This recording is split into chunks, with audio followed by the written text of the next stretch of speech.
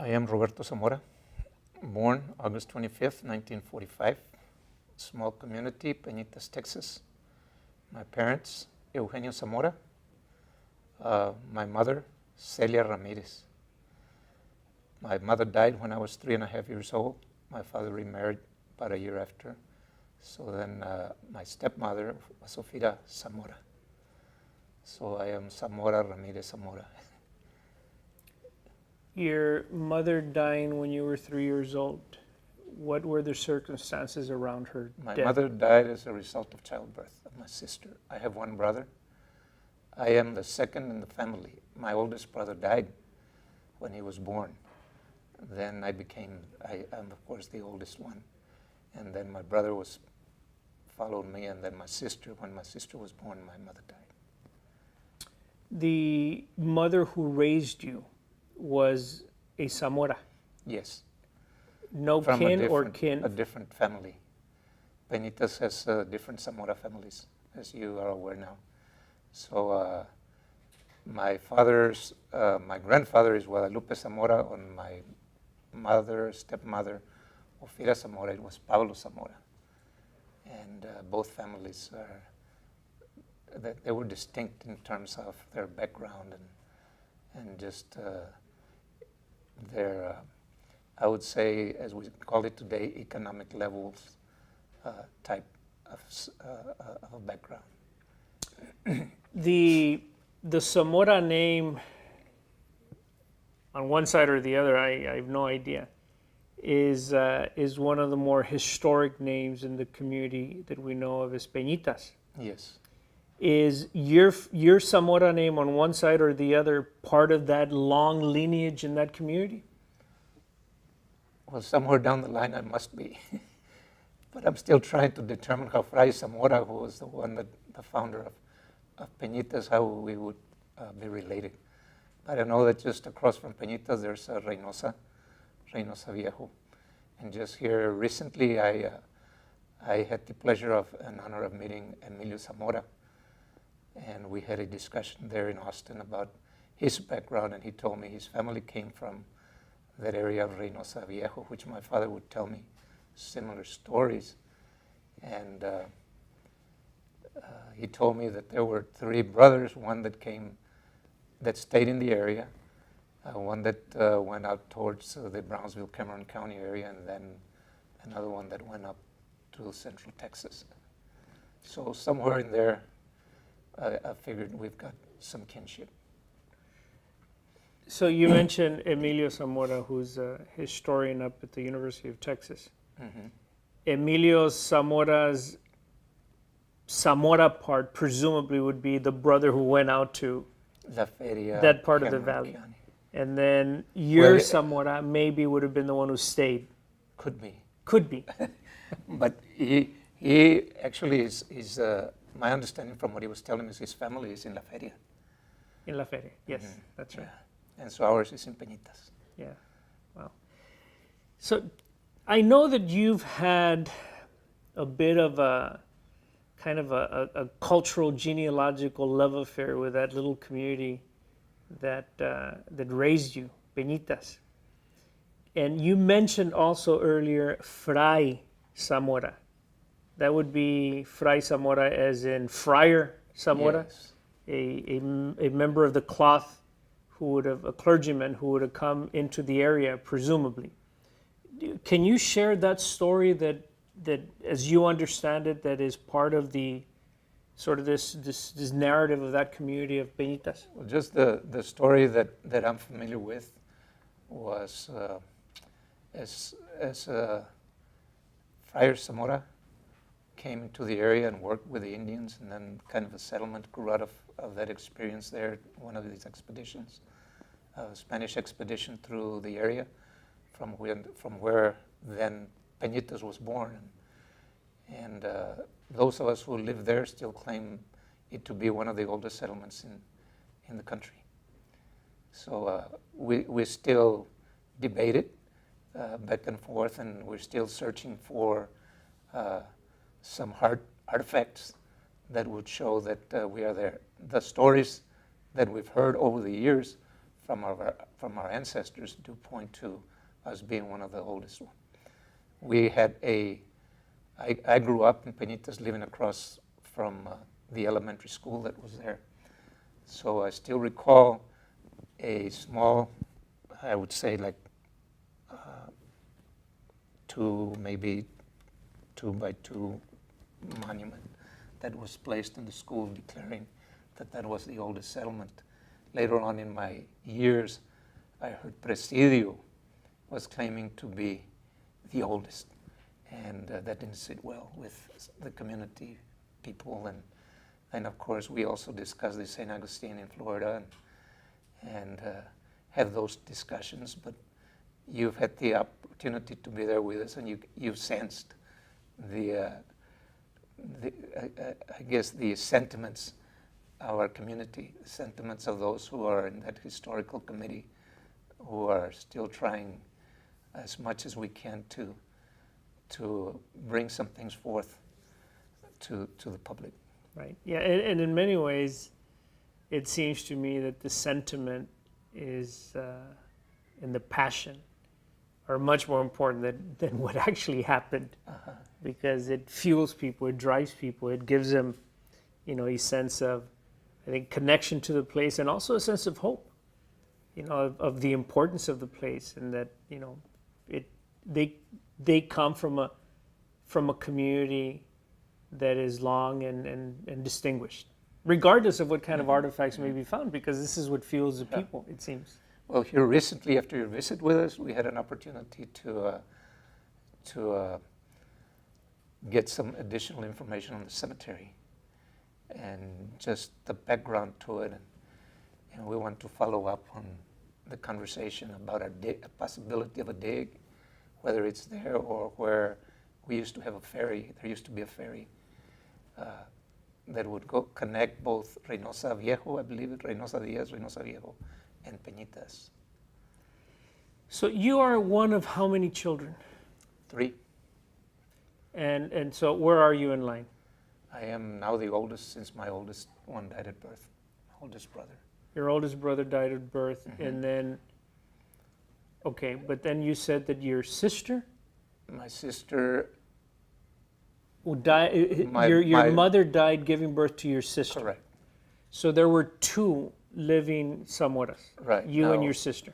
And my brother and I lived with my father and stepmother, and then my sister grew up with my aunt.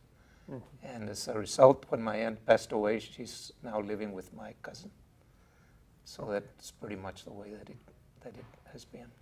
So was it 1950, 1951 when you first went to school?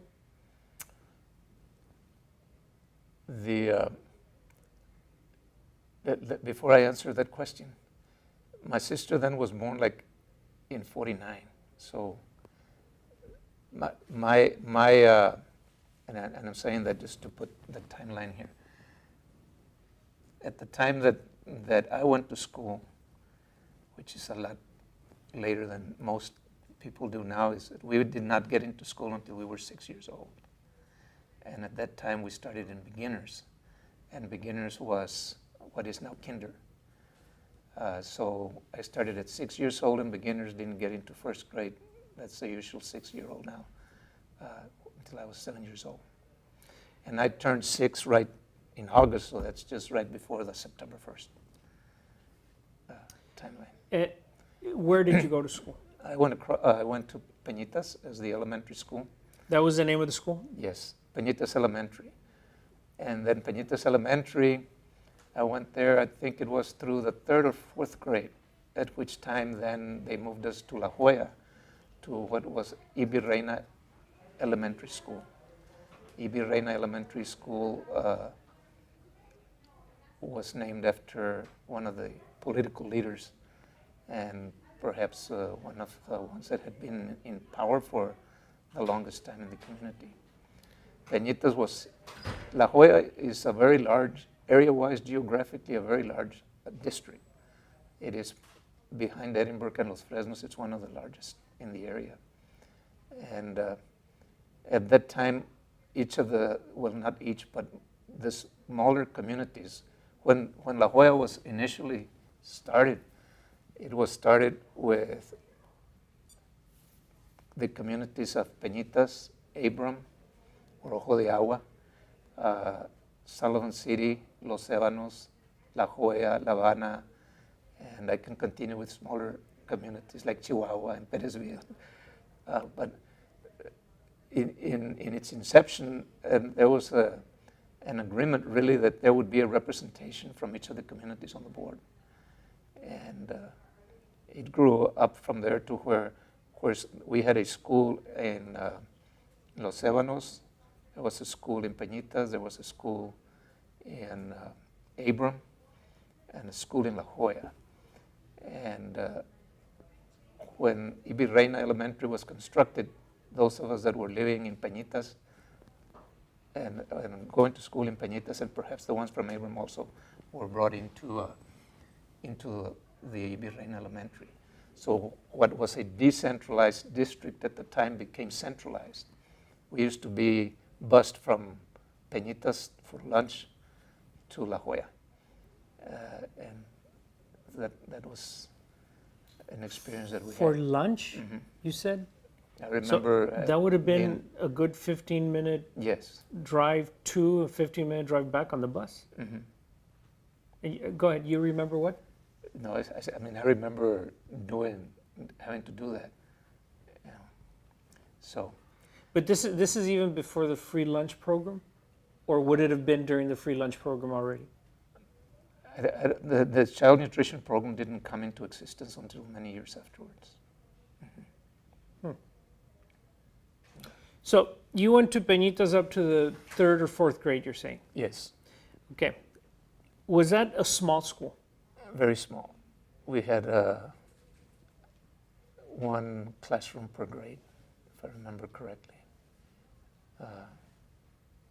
So those of us that, when we went to Ibi Reina, then we started getting to meet students from other communities.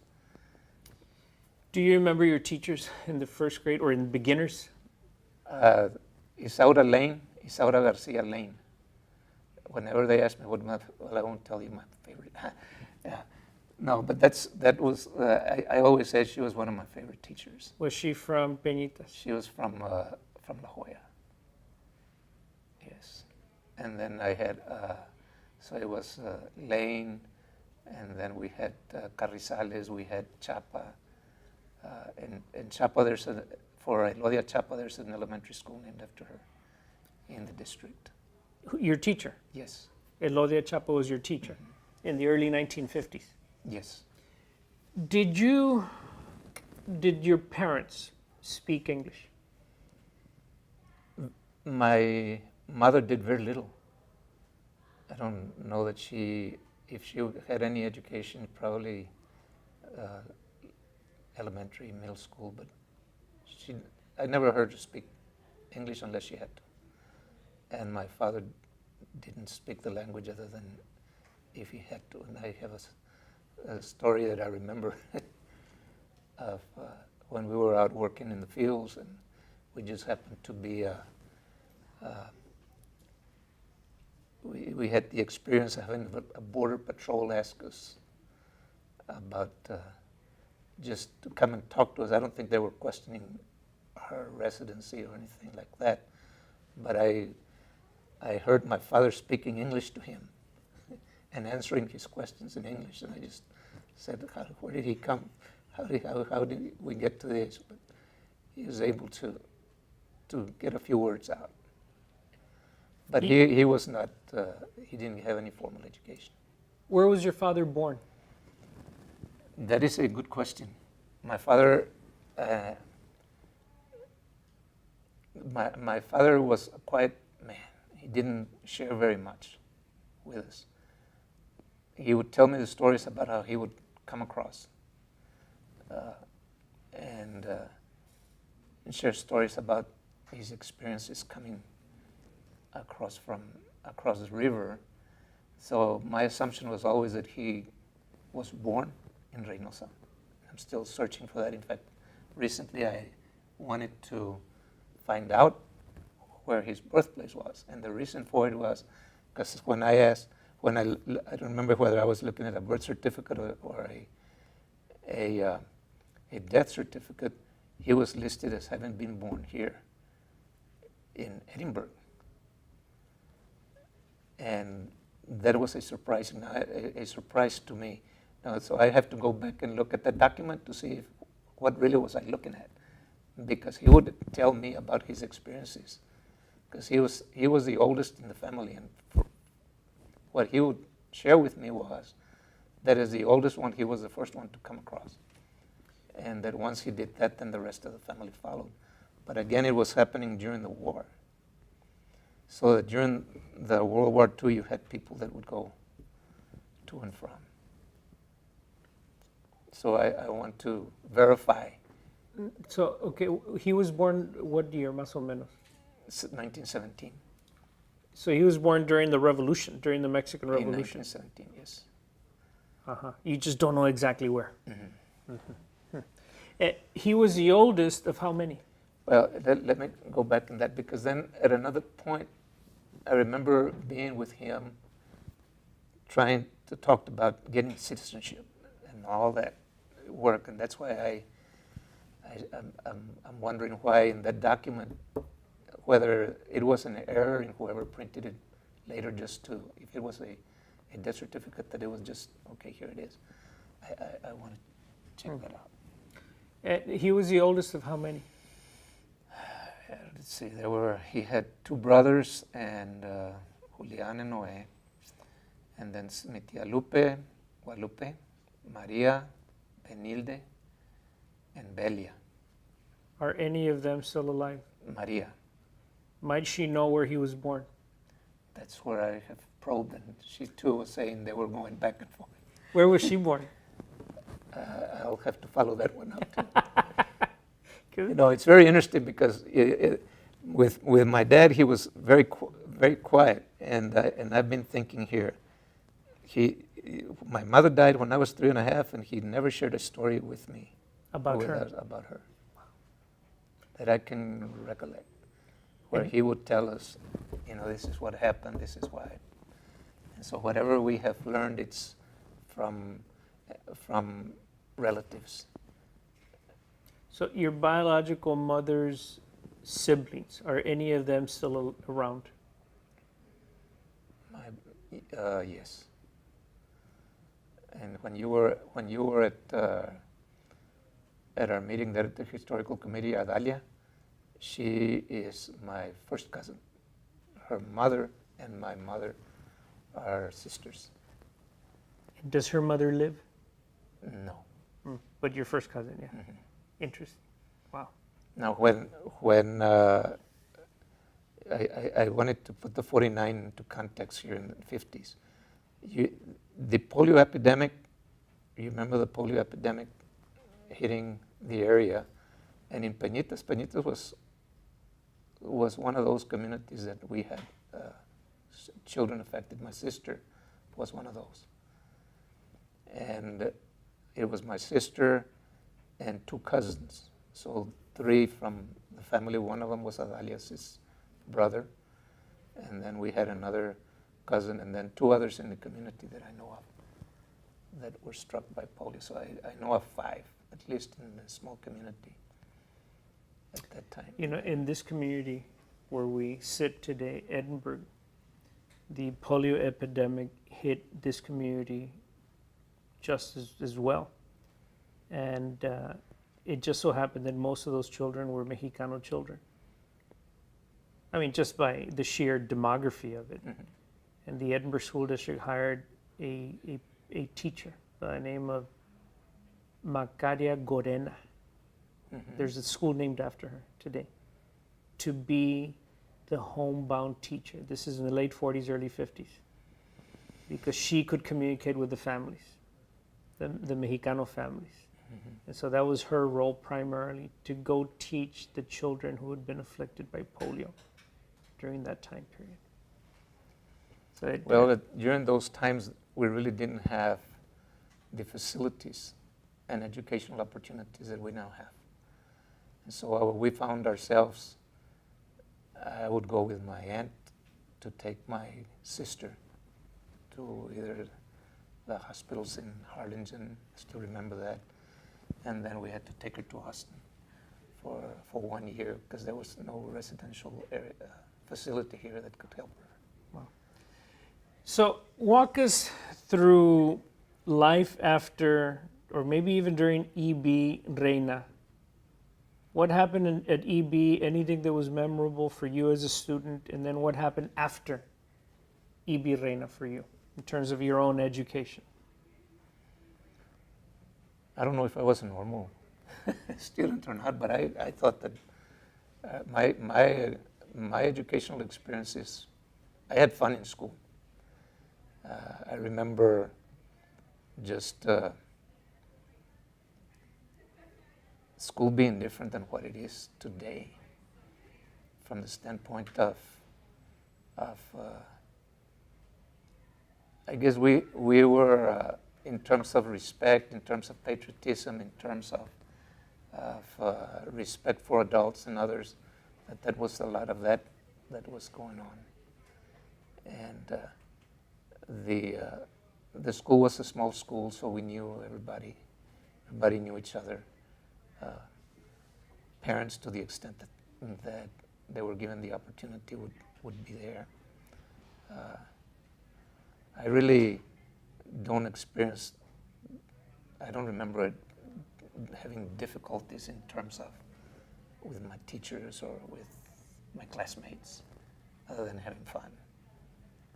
That was. Do you suppose that some of this is a function of where you were, what community you were in, the schools that may have had teachers and a value system, perhaps, the La Jolla schools, as opposed to, say, a community that may have been much more racially mixed, Edinburgh or other neighboring communities? I think that probably had a lot to do with it, because in our community there were very few that were non-Hispanic, and those that were non-Hispanic pretty much learned the language. I mean, we could understand each other. There was an emphasis for learning the English language. I don't remember in a negative way being told not to speak Spanish. Now, I remember here at the university when I started Pan American College, one of the university professors asking me one time, he just said, I know that you and your friends all like to speak Spanish. He says, but I'm just going to ask you to speak English so that I'll understand what you all are saying. But I mean, I grew up speaking Spanish and English. It was not something that I could say. If somebody would tell me that not to speak the Spanish language, I wasn't viewing it as a negative, even though at times it did appear like, I remember an instance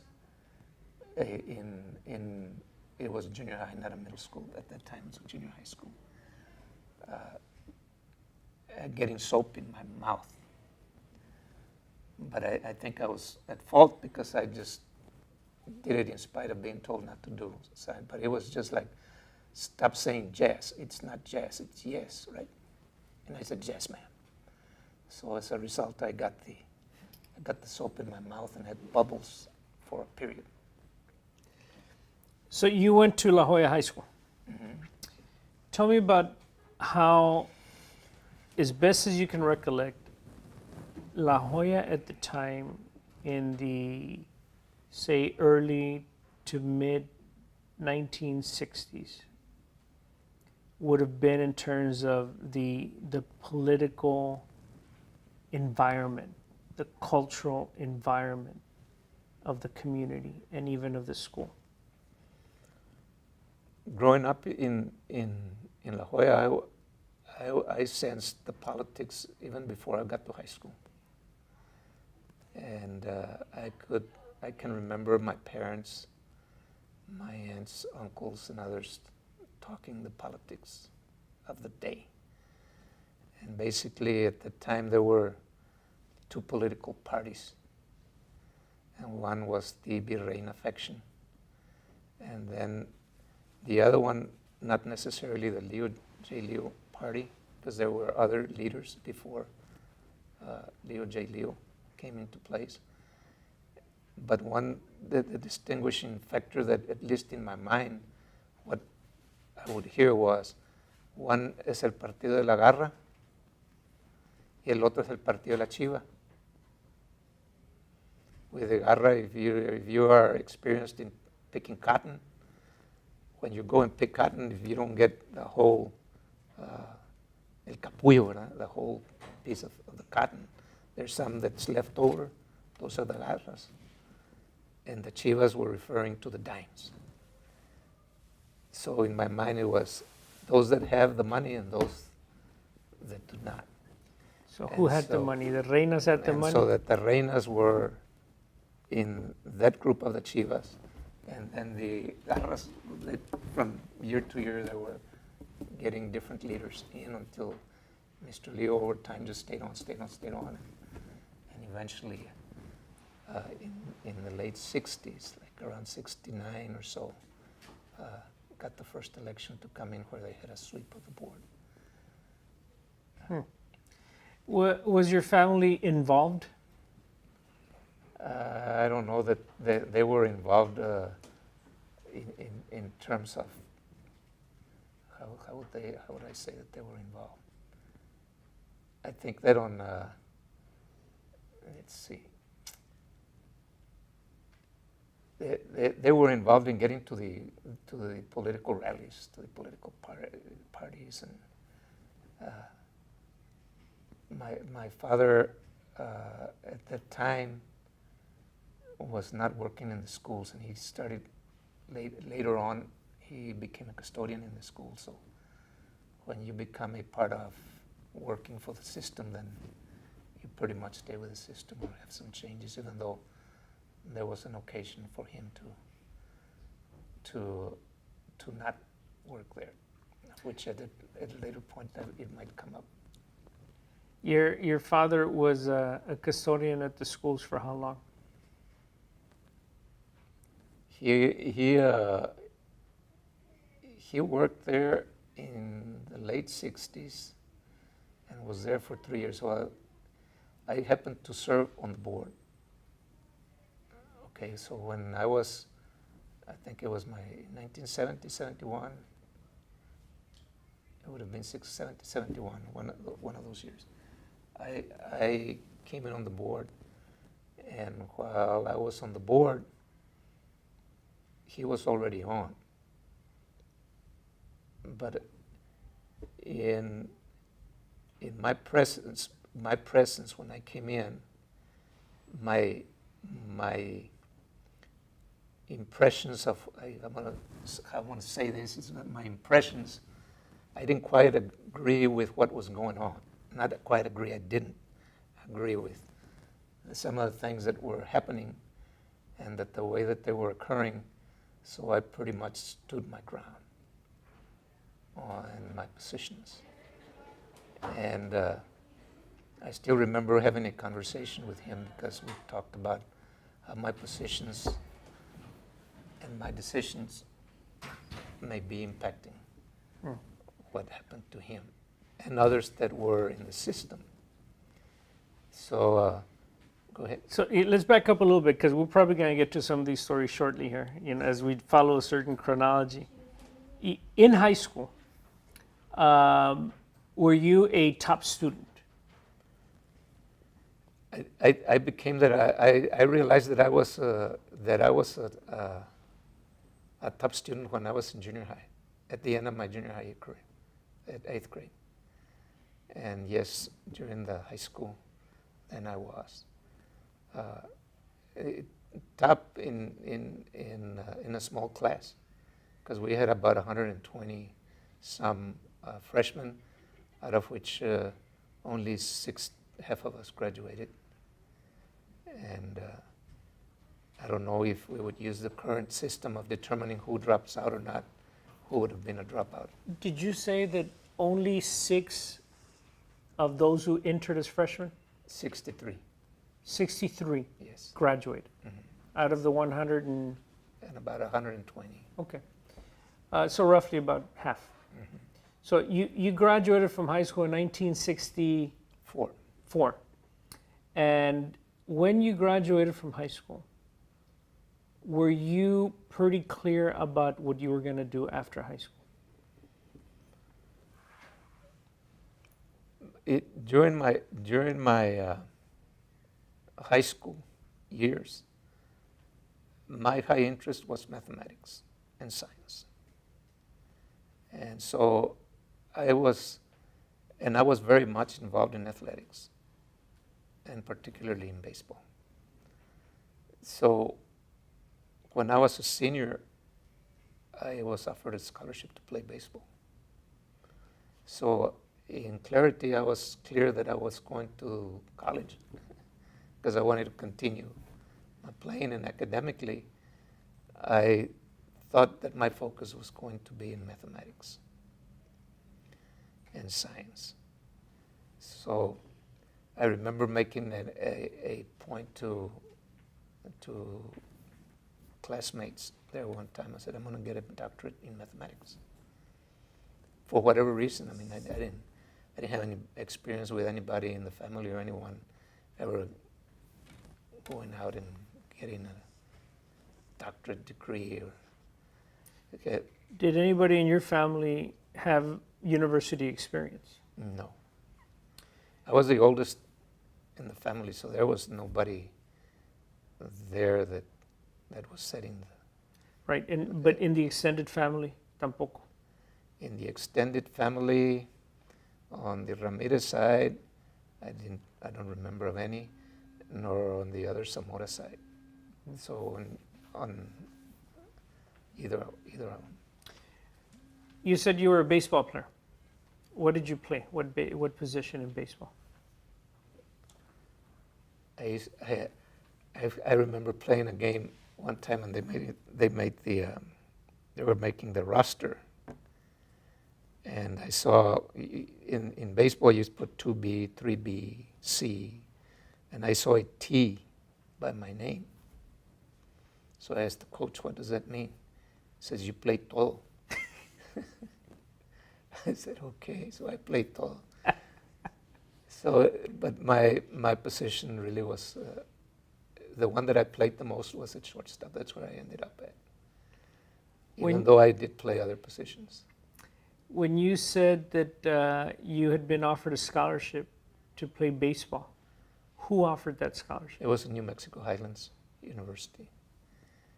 So somebody from New Mexico Highlands came down to La Jolla to see you play? I think there was a connection between my coach and the coach at New Mexico Highlands. Who was your coach? Leo Garza. From La Jolla? Eduardo Garza from Mission, but he was coaching in La Jolla. And the coach that was in New Mexico, I believe his name was John Donnelly, and he had been here at Pan American College. And at that time, there were players from the Valley that were going to New Mexico. As it ended up, I didn't go there. John Donnelly was the person who recruited people like Fred Guerra and others to go get master's degrees at New Mexico Highlands. I don't know if he was recruiting for masters, but I know he was recruiting for baseball. Yeah, and you know, it may not have been Fred Guerra, it may have been George Gonzalez a few years before. Because that name rings a bell. I'll need to go back to the records. So you did not go to New Mexico. Instead, you came to this school. Yes.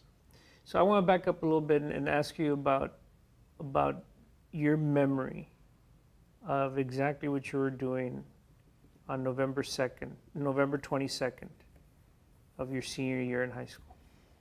I was walking from my dressing room, field house, towards the main building in La Jolla when we heard about the John F. Kennedy. It's in '63, right? The assassination of John F. Kennedy. How did you hear about it? From other students. Somehow the word got out that had occurred. You spoke earlier about how you remember, you didn't say two things, but you did say a couple of things. You said that there was a lot of respect for people in the schools, teachers, and that there was a level of patriotism when you were a child going to school. Was the patriotic fervor still around when you were 17 years old and walking to, from one part of campus to the other, and you heard the news of the president getting killed?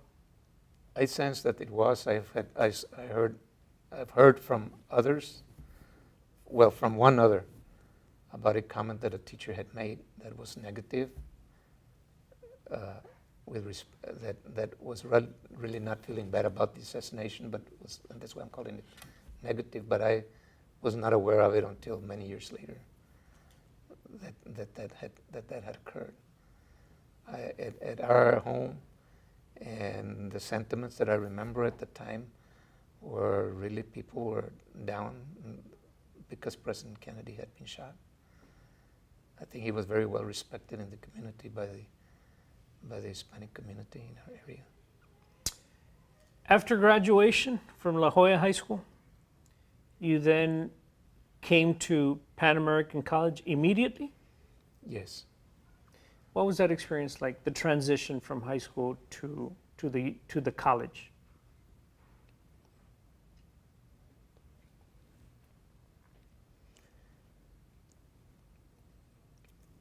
There's a story that, we might hit on it later. Coming to college was one where you had asked me at first, well, were you a top student? And I compared going to New Mexico Highlands or coming here and saying, it'll cost me less to come here than to go there. And because I had been salutatorian in my high school class, then I was also able to get an academic scholarship. So I felt comfortable enough with my skills academically and athletically that I felt like if I come here, it'll be a lot better than if I make the move to New Mexico and then playing close to home. So I came here on the academic scholarship to begin with, and then I didn't make the team, right? So, but I played then in the semi-pro leagues here with the players that were on the team. And in our conversations amongst us who played, they played here and I played outside, and then we played together. It was, why is it that you're not on the team? I could never understood it, but that was an experience that I had that I felt like could have been different, but it wasn't. But I think that because of that, it was, my focus then became one that was more academic. And then my baseball stuff kept on going, but outside the university. Now coming here from La Jolla, that was 90+% Hispanic, and then coming here was a new experience, because now I was not only among mostly Hispanic, but now I had the African American white students, Anglo-American, that's how we referred to them at that time, that we begin I didn't experience discrimination. My thing was always like, I knew a lot of these people because we had played against each other, or we had played with each other when we would be out there. So we had coming in here, we found each other, and those I guess those friendships that we had made out in the schools playing in athletics continued here. But it was then coming here. I had mentioned I'm going to get into mathematics, so I thought, man, I'm coming in. We're going to get into that. But by the end of my freshman year, I had gotten discouraged with mathematics, and not so much because of the math, but because of the experience that I had in one of my classes. In one of another class? In one of my math classes. What happened? I my record keeping showed that I had earned an A. The professor said, "No, you have earned a B." And I said, "No, sir, I earned an A." And he said, "Well, if you can show me the test." Well, at that time, I didn't think about keeping my tests. And so I said, "No," I said, I've had it with X and Y's and Z's, and I'm going to move on to science and do something with the X, Y's, and Z's." So I moved from math to biology and chemistry. I had actually come in as, I thought it would be in medical technology. So by math and science, it opened up more pre-med type work. So if you were the salutatorian at La Jolla High School, who was the valedictorian? Javier Garza. Javier Garza. Javier Garza was the #1 ranked in the junior high and in high school, and we were friends. Did Javier Garza stay in the community? Javier Garza came here also, and after his sophomore year, he transferred to pharmacy school. I think it was at University of Texas, and graduated there. But what is interesting about my graduating class is that out of that graduating class, and I want to follow up, we had a lot that went on to higher education. And we have others that have earned doctorates, and engineers, pharmacists, teachers. I've been very impressed with their careers. Wow. So there was something that was good that was happening in the schools, or maybe so. In the community, or both? Yes. I'd like to tell people here before House Bill 5, we had the 4x4 that we had to have, where students needed to take 4 years of math, 4 years of language arts, 4 years of social studies, and 4 years of science. We were doing that when I was in high school. I had 5 years of English in high school, 4 years of math. We had that. But we had almost no electives. We had PE, homemaking for the girls, and agriculture for boys. And that's about it. And so everything was academics. So you could rattle off a number of names, probably 10 to 12. If you start with Roberto Zamora and you go to Javier Garza, you can probably... Mario Chapa, Graciela Farias, who's now on the board at South Texas Community College. Carmen Leal, my wife, Angelica. I have Jose Reina. I have Fred Shepard. I can... So if you have a graduating class of 60 whatever, and 12 to maybe 15 or 20 emerge as probably university degreed, and have reached a level of professional success. For a class in 1964 that is largely, maybe exclusively, Hispanic, Mexican American, that would be very rare. I would think so. Why? And it's probably more than the 4x4. It's got to be more than that. What are the conditions that are in place between 1951 and 1964, 52 and 64, that would allow for this kind of yield, if I can use that word? You know, interestingly enough, when I think back, our economic level, we were economically disadvantaged. We didn't know it because everybody was poor. And hard work, we were field workers, migrants. I was a migrant. And even Javier would work out in the fields, and even out in the picking cotton, he'd still beat me by 2 pounds or 3 pounds. I can't believe that still. He's just a high-achieving kid. When was the last time you saw him? 1980. Really? 1984. 1984. Why was that the last time? Because that's the last time we had a reunion where he showed up. Yeah. Where does he live? Last time I heard was Houston. And I don't know if he had told me at one time he might pursue being a doctor. I don't know whether he did or not. But it was fun. Anyway, it was hard work. I think that the parents had a lot to do with it in terms of what they expected of us. Just understanding that education was to be the means for getting out of what we were doing. I think that my father would say, I mean, whatever you're going to do, you do your best at it. And get educated, because with education you're not going to lose that. You're going to have it with you all the time. But here's maybe a difference.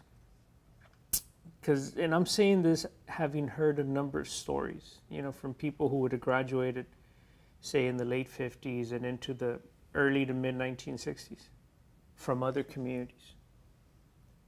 Most of those people, Mexicanos, have as a part of their narrative something that you don't, which is they were kept in first grade an additional year because of the language, or there were racial obstacles, or there was something within the structure of the school that tended to be about a value or values that were incompatible with who they were.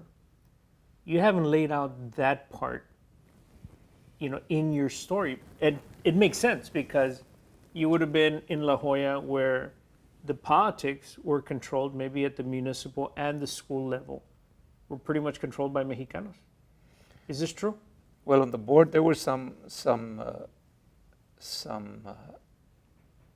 white board members initially. The superintendent was Mr. Baker was white. And when I was in high school, we had a white principal and a white superintendent. ¿Quién era Mr. Baker? He was the superintendent of schools. What was his name? Which one of these Bakers was he? Was he of the family of? Yes. The Baker family, the man who was president of Pan Am, the very first president? Probably. Harry But there was Baker. J. Mill All, was also a superintendent in La Jolla. Was he of the Florence Baker family? Yes. I think he was the husband of Florence Baker. ¿Verdad? I think so. The Bakers, I think the first one who was a politico was A.Y. Baker, who was I think he was the county sheriff in the teens and into the 20s. And then during the Great Depression, during the early part of the Great Depression, was caught embezzling out of his own bank that he had founded, the first bank here in Edinburgh. And so he died of a massive heart attack, 1932, more or less. His little brother he recruited. His little brother, who already had a PhD in the 1920s, Harry Baker, to come be superintendent of Edinburgh CISD and the first president of the Edinburgh Junior College. He held both titles at the same time. Florence was either a sister or algo así from Hidalgo. If I'm trying to remember, I think this was H.C. Baker. For some reason that makes... Well, this guy was H.C. Baker, the guy from Edinburgh. También, ahora el que está allá. He may have been. Was he an much older man? Yes. So your superintendent could have been the same man, because when he was president of this place in the late 20s and into the 30s, he was very young. I'll look it up because I'll check it out. That's an interesting story. It's H.C. Baker. That's an interesting story. And so, okay, so then Go ahead. Just thinking, and I'm not saying that it was not occurring there, because it probably was, but I don't remember it getting to me, to affect me in a way that I would think less of who I was. But here's part of the, at least in my own like sort of impulse analysis. If you say that it didn't affect you, and then you look at the body of evidence of the Javier Garzas and everybody else, chances are there was not that factor that was affecting them either, because they all se levantaron. Well, imagine the Garza family, the La Garza family that I shared with you the other day. In that family, they were recognized, the Smithsonian has recognized the family for having like 28 college graduates, and they're all from Peñitas. Is it the same family, the Javier Garza family? No, this is another family, but this is Jose Maria Garza. But one of their sons, Mario Garza, was in my class.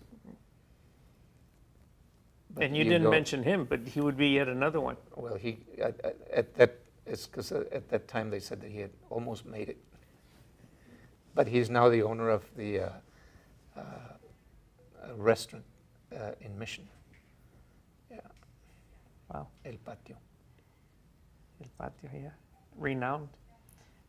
So then you go to college, this school, mostly across the street. Across Yes. the railroad tracks. Well, can I share an experience Yes. that I yes. think made a difference in my career? Because when I was in La Jolla, it was a lot of Mexicanos. But then during the summer of '62, I had an opportunity to play on a team, baseball, with a team where we had a mix. And we didn't experience, I mean, there it was a matter of what's your skill?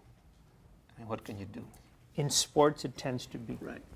So it was not a matter of you're Mexicano or this is not a Mexicano. Or it was more of what skills do you bring to the team? And so the teamwork there, not only when I was playing, because we had a team from Mission, that then we were members of a league in Hidalgo County. And when the All-Stars then were selected, they were selected from the different, we had from Mercedes, from Mission, from McAllen, from FAR, and Edinburgh, and we were mixed. And so that was one of my first experiences of playing in a mixed type of setting. So how was that? That was a great experience. So would you say that was one of the breaking the isolation type of experiences for you? Well, because of the level of play that we did, and because of what we were able to achieve, I think that it not only impacted my just my understandings of how we can get along, but also of how we can achieve more than what we think we can. Because out of that team, when we pulled it all together, we were, I used to say we were 7 Mexicanos and 7 Anglos, and then one that was half and half. But I think that now that I've looked back at it, it's 8 and 7 Mexicanos and 7. And we had an Anglo coach and a Mexicano coach. And then we had Gianni Economides. Ray Valadez was our coach. Glenn Roby was our manager, or vice versa. Their manager and coach. They both had their disagreements as to who was who as years went by. And Gianni Economides, who is he Italian or who? I don't remember. Greek. Greek, yeah. But he's the one that Very Mexicano, High School, Economides High School is named after him. And but we won the World Series well, just the World Series. Where in the U.S. or what? Well, we had played teams from Mexico, and I'm sure that the West Coast played. Where did you teams. play? We played in Shawnee, Oklahoma. But coming back from then, it was like, man, if we can do this, to me in my mind, if we're able to achieve this, we are able to achieve. I mean, I felt like we could achieve. Was this And the other American Legion baseball? It was Colt League. Colt League. Yeah. before American Legion. So you So were from 15, Cope League, I was 16. 16. Yeah, and so that I think did a lot for just self-confidence, not only athletically, but in terms of moving forward. I had Glenn Roby ask me one time to come over and speak to the Rotary, and I said, I don't want to talk about baseball. He didn't. He expected that that's what I was going to do. But I really got into how that influenced my life and how that influenced leadership. I said, because at that time, at that age, I had the opportunity to engage with reporters, with TV cameras. You get to, I was the captain of the team, so to be in that type of a role. And so it was more about how did that influence just the leadership and development. So some of those may have come to play here at Pan Am. To play baseball here? Yes. I think they went to different places and played. Okay, so none of them came here to play. Not that I remember. Okay. And so Glenn Roney was not part of that? Glenn Roby. Roby. Yeah, Roby. not Glenn Roney. Okay. That's a different I'm sorry, I heard no, Roney. Glenn Roby. Okay. So you go through Pan Am. How many years do you spend here? I was here for 4 years. And then you finished with a science degree? Actually, I had more than 4 years. I've known Pan Am since it was college, right? And we started over across the track. So we had our science classes there, our language arts and mathematics here, physics here, and we had a barn for a gym, or something that looked like one anyway. But that was it. So I spent my first 4 years doing that, and I graduated with a bachelor's in biology and major in biology and chemistry minor, and applied and was accepted to optometry school.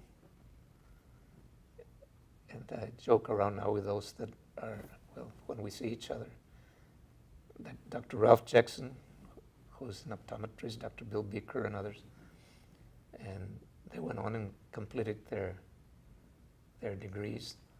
I went and came back. And so Leonel Barrera, who was also a school administrator, he was going to dental school. But for whatever reason, that summer we were out here and without a job. And we needed to find work. So we both decided, we figured out how we might be able to get a job. So I said, look, I know the superintendent in La Jolla, and you know the superintendent at PSJ. No, I said, and you know the superintendent in Mission. So I said, so why don't we do this? I'll go and introduce you to my superintendent, and you introduce me to the one in Mission. So we went to La Jolla, and when Arturo Medina was then the superintendent. Arturo Medina was the first Hispanic superintendent, perhaps in the Valley, there in La Jolla. And he said, no, well, we don't have any science openings. But we just got a call from PSJA. They're looking for a science teacher. And I believe Gus Guerra may have been the person overseeing HR at that time. And so we went there, and he got a job, physical science, you're in. So I said, now let's go to Mission. So I did go to Mission, and I still remember walking into the office there. Mrs. McDonald was the secretary, and she said, well, Mr. White is not here, but he's out at the stadium. He's out there at the junior high school. You might find him out under the stadium. So we walked out there, and I talked to him, and he said, you know what, we have a science position opening. And I said, but I want to coach. He said, and there's an opening here to coach too. Come by my office tomorrow and we can talk about it. I did. got a contract. He had a contract, I got a contract, and then we both got into school administration. Now I say that then to say the story. We both went in without being certified teachers. Today we would say it would be in the alternative certification program, right? But we did come back and got our hours. So this was after you did 1 year of optometry school, or no, you did not do it? I went and looked at those things in there and said, this is not for me. Okay. And so then you started teaching in Mission in 68. 1968. And so you were a science teacher and a coach for how long? For 5 years. In Mission. During that time, you became involved in politics in La Jolla. Yes. You must have been 23, 24 when you ran for the school board. 24 or so. What was the motivation for doing that? My uncle who was on the board, resigned from the board. Who was your uncle? Jose Ramirez. Jose Ramirez is Anicia Ramirez's father. Hermano de la mamá de usted, biological mother. Right. Maria. Mi tía Maria. So I was then just completing a year that he had, but I had to run for the board. And then, as I said earlier about my positions, so the next year I ran, and Amancio Chapa, you know Amancio Chapa, he was the one that ran against me, so we ran against each other. I didn't politic it. In fact, the day of the election, I was coaching at the track meet in Westlaco. I called and said, they told me you lost. I said, okay. So Amancio then started his 20 plus years or so of service as a board member. So a real good board member. And so this was amicable. I mean, there was nothing that was acrimonious about running against each other. No. As it might be today. No, we never had that kind of a problem. Amancio had just returned from the University of Texas? Yes. And was Amancio in high school with you, or was he younger? He was younger than you? Amancio was younger. So you ran for the board and you won. This is in 1970. When I ran on the Leo Party. On the Leo Party. And so how long were you on the board?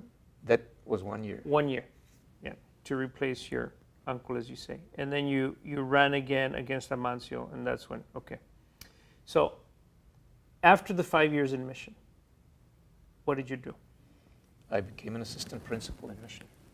Which school? At Mission Junior High School. So What happened there is, during those 5 years, I got I did the work on my teaching certificate, and then Pan American College started offering the master's degree. So I had been contemplating going elsewhere to get a master's, but then it opened up here, so I did come here. And in coming in for my counseling to see what I wanted to do when I grew up, I remember Arnulfo Oliveira, was his name from Brownsville? Oliveira, I think that was his name. But he said, what is it that you want your master's in? I said, counseling. And he advised me to go into supervision, because at that time it was counseling and supervision. So I said, okay. He said, if you go into supervision, then you can get into administration. And I said, that sounds good to me. So I moved over to supervision. What year was this? This was in 71. This is when the program first opened up. So you must have come in, say, in July, August of 70? We started the fall of 71. When you started the program here was when the program started? Correct. In fact, in my practicum, or my last course here, I did as part of the work, I did like an evaluation of. That was what of the program? Of the program itself, in terms of getting feedback from those that were out in the field, supervisors and others, in terms of what they thought of the program. So you would have been not only from the first group of students, you were probably also the first of the graduates. Yes, because I graduated in 73. Who else do you remember from that group? Classmates.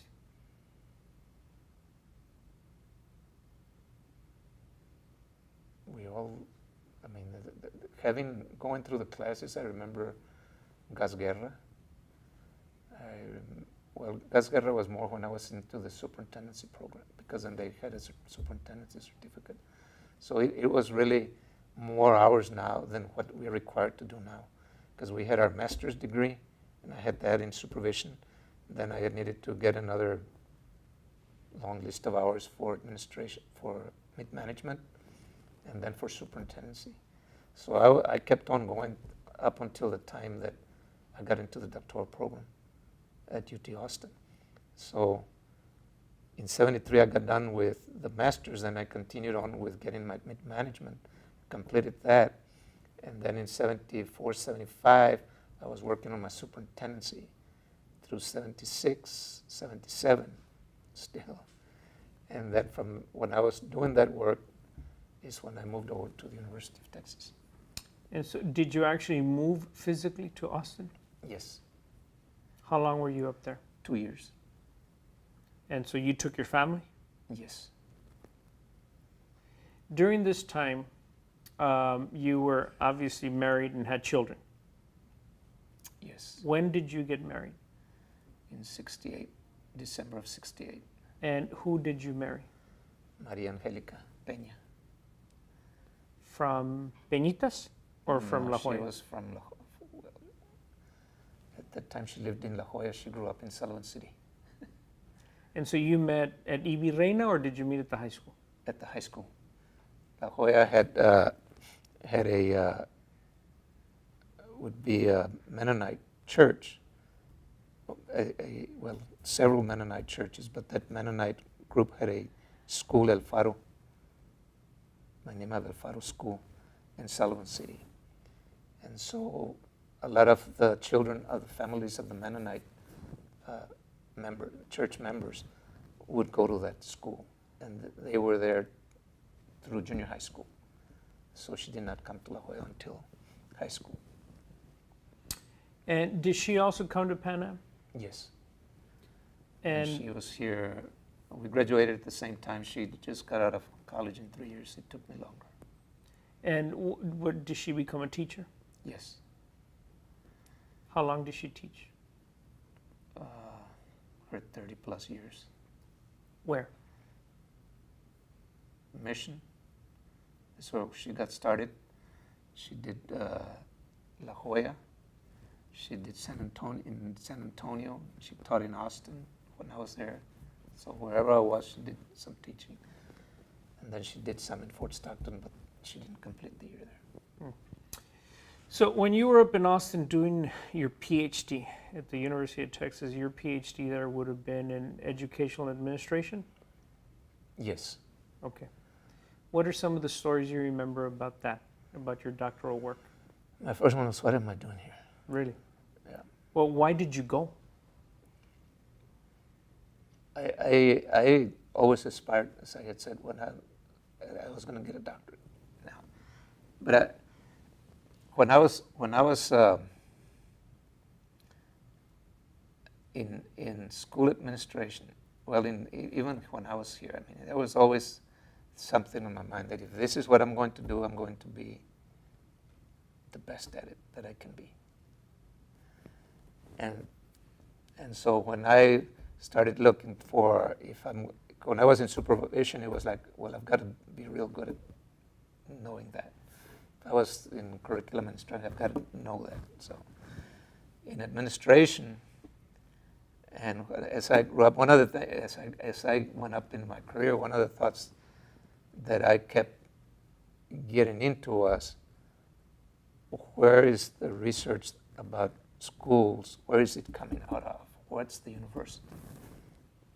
And for a while there, the university that I was looking at was the University of Chicago, because Bloom and the work that was being done there. And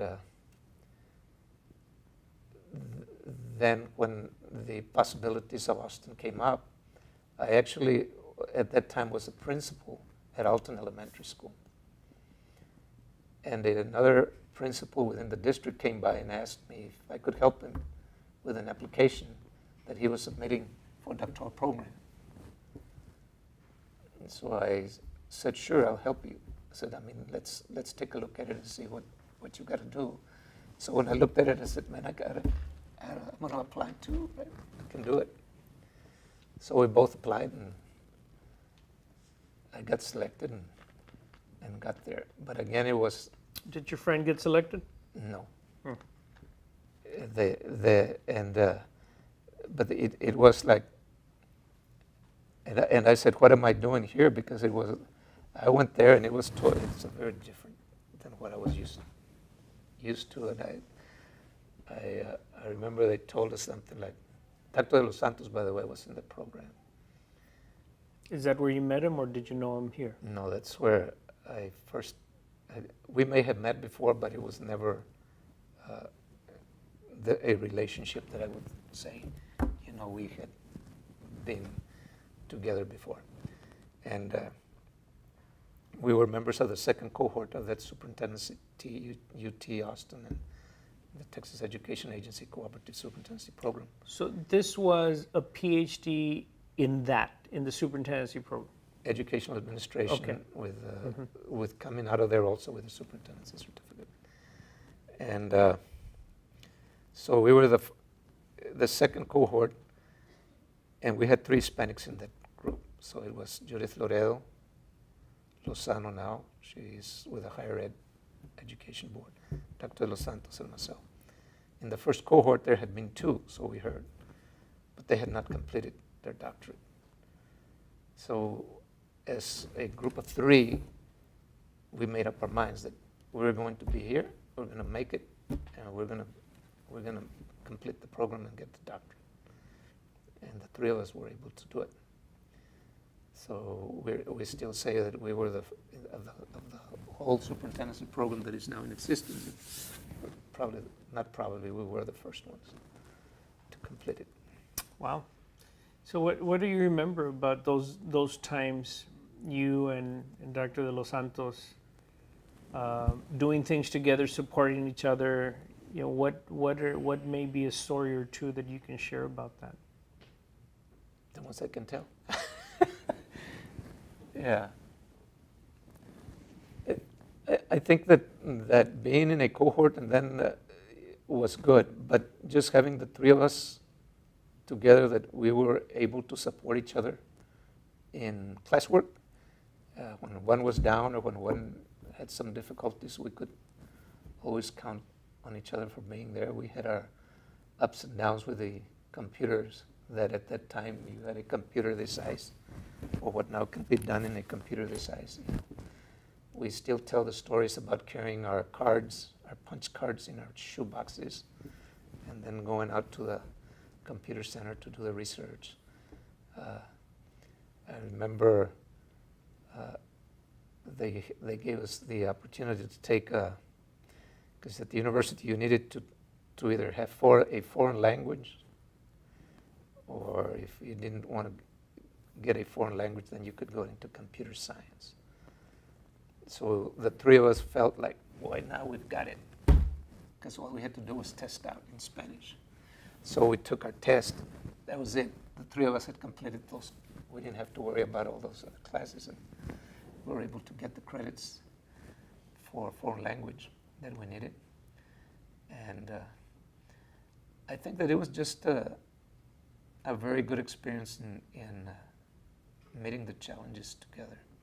We had fun getting out to the schools and doing the work. When did you complete your degree?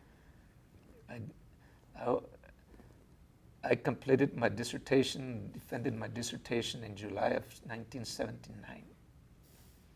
We couldn't march until December.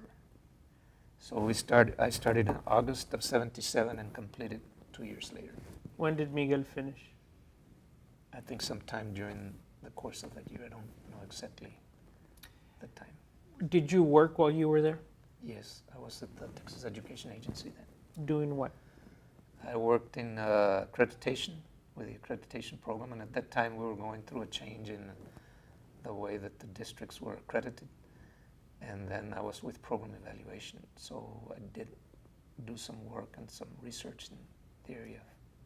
And your wife had a job teaching during that time? Yes. Where? In the Austin Independent School District. Which school? I think it was Williams Elementary. My kids were at Houston Elementary. I think she was at Williams. When you finished that next fall, did you continue with the agency? When I defended in July at the end of the month. Like the beginning of the following week on a Monday, I started at Region 20 as a director for the Administrative Services Department. So. How long did you do that? I did that for 1 year. And then I came back home to the Valley. And we had some situations that we needed to get back home family-wise. And so I became a high school principal. Miguel was the superintendent in La Jolla. I was the high school principal. So we got together again. So when Miguel finished his PhD, his next job would have been superintendent at La Jolla? He became superintendent in La Jolla, and Dr. Salinas, who was the superintendent in La Jolla before Dr. De Los Santos, Dr. Salinas went into the superintendency program, and Dr. De Los Santos came from the superintendency program to be superintendent. So this would have been 1981 when you went back? When you came back? I came back in 1980.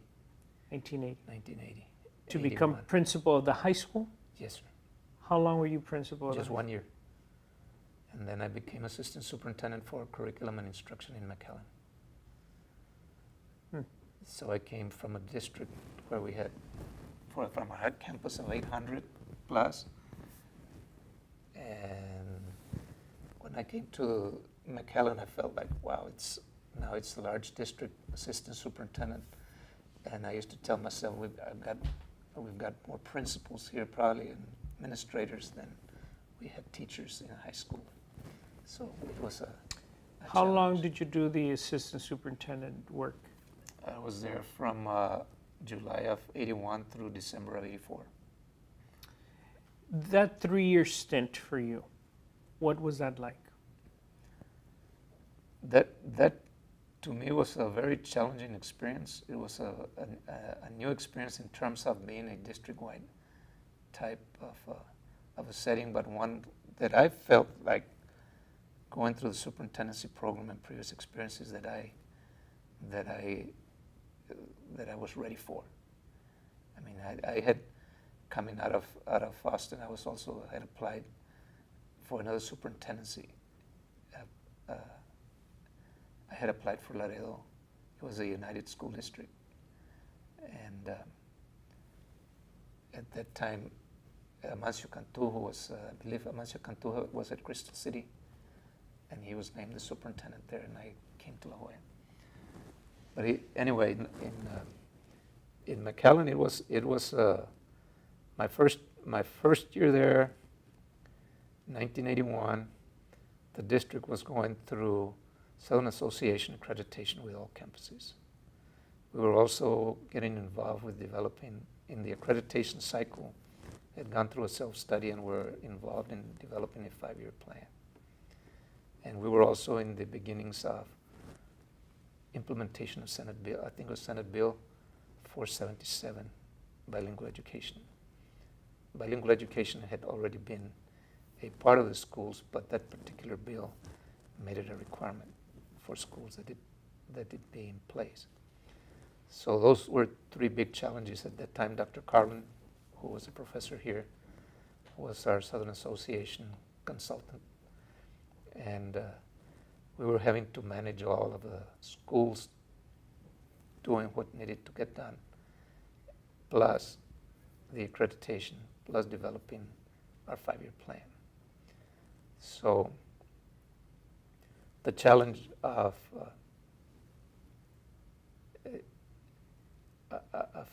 putting all of that in place was interesting. And I'm going to regress a little bit here. As an elementary school principal, in the 70s, right?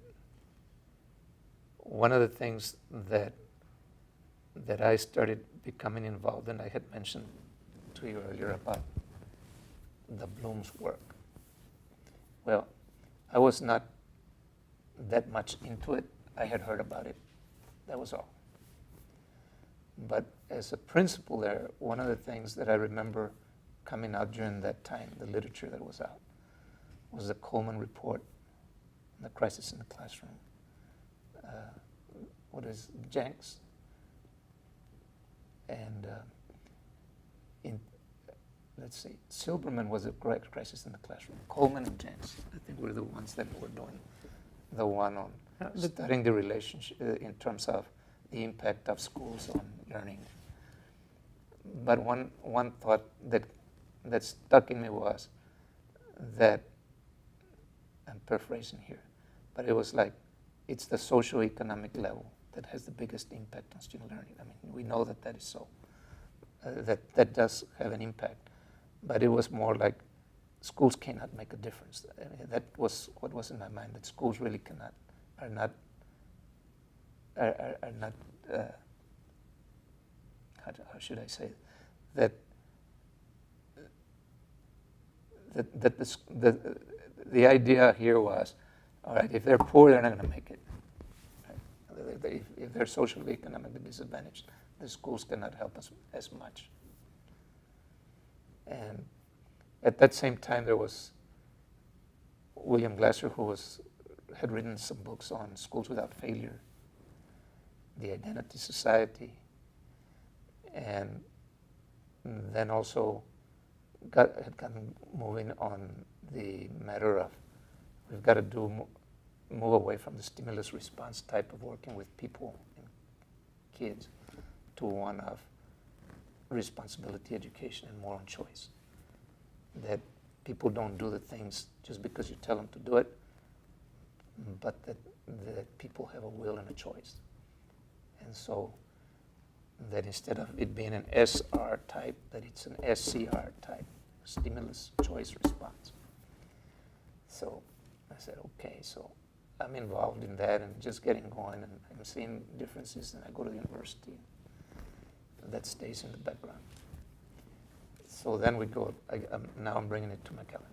But let me ask you a question about those early years in the early 70s when you were leading, say, Alton. What about bilingual? What about language in the thinking, in your own thinking, but also in how it was coming into the schools and how your campus and other campuses may have been dealing with, bilingual?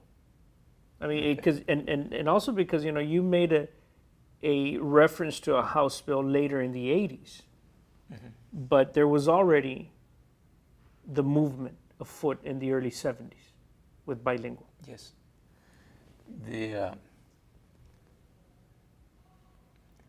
I came from secondary to elementary, and I tell people, man, my first year I really messed it up. I probably messed up everywhere along the way. Anyway, that first year, I had been in secondary. I had been junior high, high school, coming to elementary, and just the matter of organizing the campus, it was, I tell people, don't do what I did, because it was not, I didn't organize, I had the secondary mentality. So my first year, with respect to the students and how we handled that was, we had oral language, we had the title programs, and we had oral language development and reading labs. And that's how that was addressed. As far as the language of instruction, I don't recall that within the regular classrooms that there was that much of an emphasis of whether it would be an early transition or a late transition type of program. So it was an English program. Do you recall any kind of developmental work that you may have gone through to understand bilingual or language acquisition, and or that your teachers would have gone through, developmental Mm. work? Only for oral language development, the oral language development. And this was recognizing that we had students that did not know the language, and so they would be given through a pull-out program, language development, additional, supplemental. This was 70. This was in 75, 76, 76, 77, because I started in the program in 77, so it was beginning 75, 76, 76, 77, those 2 years. Which is very consistent with some of the other stories that we've heard. We heard the story from Teresa Flores, for example, who talked about in the 70s, throughout the 70s, even into the early 80s, when there was very spotty professional development around the issues of language acquisition, and definitely not toward any kind of value-added bilingual. In other words, that bilingualism be seen as something that had value, but it was all around English language acquisition, not the development of the mother tongue, not bilingualism, but English language acquisition, which was status quo well into, actually one could argue it's still status quo. But we don't see any kind of like different approach really until the mid-90s with something like dual language, which is much more enrichment rather than moving children away from native language and toward the second language. And so these are very new conversations. And so what you're suggesting is that oral language and pull-out was pretty status quo for bilingual. A lot of the programs that were occurring at that time were pull-out programs. You know, it's supplemental, whereas now you might see more inclusion. You might see more the programs being offered within the regular classrooms.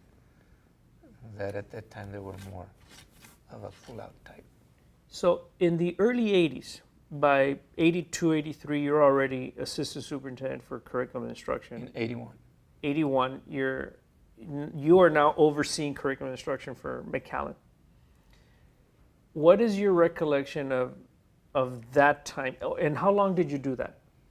Through December of 84. 84, so you did that about 3 years. 3.5 years. During that time, what is your recollection about how you and the leadership and the school district would have dealt with English language learners?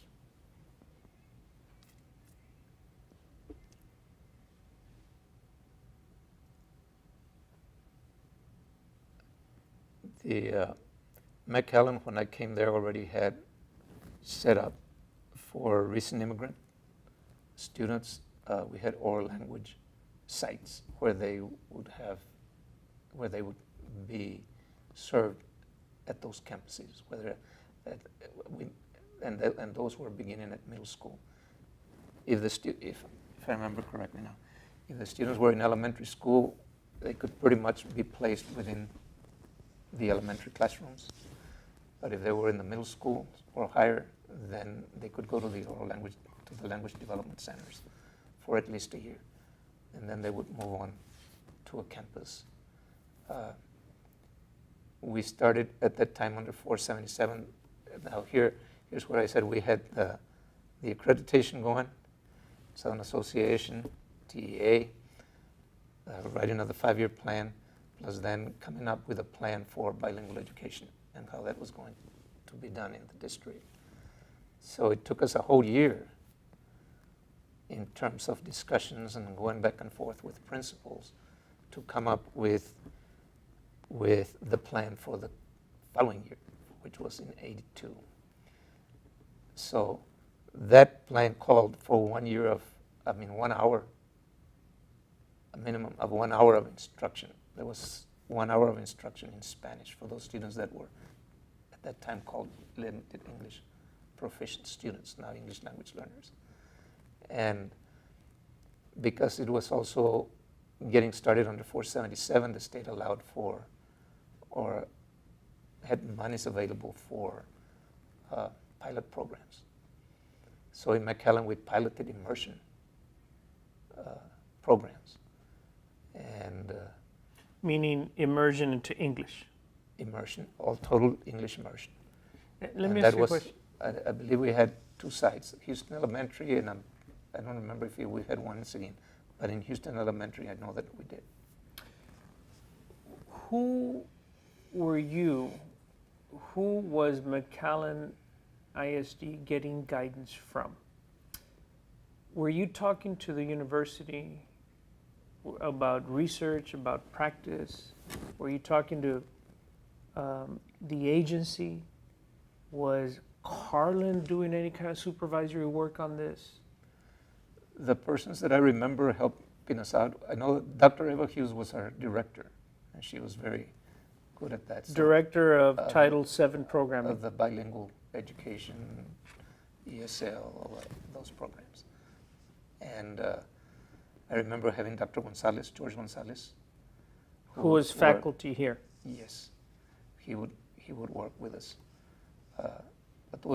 He was the main person. I don't remember anybody from outside coming in. We may have brought in some, but the main one was Dr. Gonzalez. And at that time, during those years, Dr. Gonzalez was very actively involved in working with districts. So what do you remember about him? Like, what was his philosophy, if you have any recollection, or that maybe would have been passed on through Eva Hughes? Language of instruction, Spanish. But in terms of how to deal with them with cantos and involvement of the students, engaging the students, and I would not know whether the theory is a total physical response and getting them all engaged. I know that he did a lot of work with the chants and cantos and So getting them. he would take a cultural approach as well? Yes. Mhm. Vocabulary building? Oh, yes. Very big on vocabulary and, building. and reading, vocabulary, through singing, through all of that. He did a lot of that. So Sachs came in and you guys did okay. Yeah, well, here's the story, because we have to put the picture here in context. So, and I'm going to take it now to remember the report that said that if you're economically disadvantaged, you cannot make it. Or either it's the schools and do not have as much an impact on your. So let me ask you something about that, because that was really the great lesson from the Coleman report. Mm-hmm. The Coleman report, for the first time, authoritatively said the strongest correlation between academic achievement, and or with academic achievement is socioeconomics, and so that kind of took the world by storm. Right, and basically saying the schools really cannot impact. And that was, in my mind, was not that socioeconomic, yes, it makes a difference, but that schools really cannot make a difference, was at least coming through in my mind.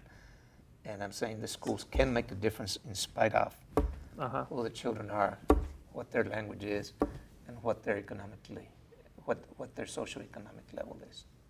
So a little bit of context here, my understanding of the Coleman report is that the Coleman report was attempting to impact policymakers, Yes. especially at the federal level, to suggest that we're not investing enough in nutrition, we're not investing enough in housing, we're not investing enough in job creation.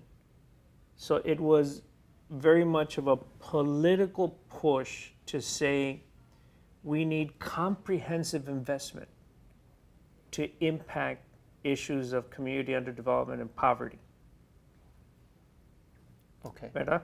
Yes. Now, implicit in that, and this is where Coleman, I think, becomes problematic. Implicit in that is that if you don't do that, if children don't sleep in a safe home, then they will not learn. So you're saying that the thinking of the time, and that you maybe were challenging, was the interpretation that if you're poor, you can't be successful. That's right. And so it was then becoming an excuse. That if we're not doing well, you have to realize that our students are poor. Which was not the intention of the report, but it's certainly how it was interpreted. Yes. Whether it was intended or not, that was the message. It's the reality. Yeah.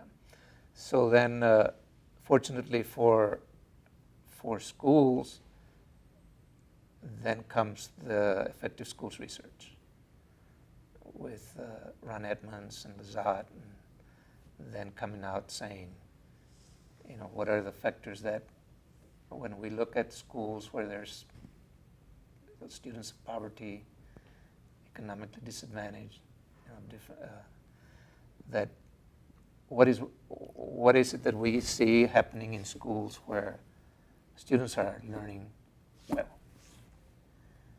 And they came out with correlates for effective schools, saying leadership makes a difference, teacher expectations make a difference, time on task makes a difference, implementing a systematic instructional process to ensure students are learning for mastery makes a difference, parental involvement makes a difference. Right? So we said, okay, here we go. McAllen is the district, we're going to adopt a 5-year plan that will address the correlates for effective schools. And we set out a goal. We set a goal for each one. How are we going to do each one of these? And so within those goals, we had a goal about how we were going to improve leadership, how we're going to ensure that our instruction in the classrooms was systematic in a way that students were in fact learning for mastery, how we're going to address teacher expectations, how we're going to deal with time on task, how we're going to get parents involved. So we laid it out, the plan. So in 1982, because now we said, okay, now that means, okay, here's our goal now. What is it strategically that we're going to do for each one? What can we do? Not only at one campus, but across the district. Every campus. So what we did, we said, all right, now on leadership, here's what we're going to do. Time on task, we invested in a program, teacher expectations, student achievement. And we had time on task, we had work done on that. But in the process of going to the Teacher Expectations and Student Achievement Conference, there was a conference in Dallas. Teresa Flores was the director of elementary, and John Graham was director of secondary education in McAllen at that time. We agreed that they would attend the conference. And they came back, and they were all excited about the Teacher Expectation and Student Achievement Program, and I remember them saying, and we heard somebody there that we need to bring to the district to talk to our leaders. Okay, who? So he says his name is John Champlin. John Champlin is Texas Tech University. Okay, we'll bring him in. John had been a superintendent. John was the first one to get a AASA Leadership Award for instruction, and been very successful at Johnson City, New York schools. So we talked and said, okay, we'll send you the 5-year plan, you take a look at it. And he looked at it, called us, and he said, let's just deal with your instructional piece. And I'll just work with your instructional piece, but that also addressed leadership. So we said, okay, we'll bring me. We'll talk instruction. And I come to find out John Champlin then had been implementing the Bloom's work. An old interest of yours before your PhD work? Yeah, well, it was all, but mostly that's when, at that time it was just like, man, there's something there, right? But had he studied with Benjamin Bloom by chance? Or he was just looking at his work? He is looking at his work and implementing it as a superintendent in the district.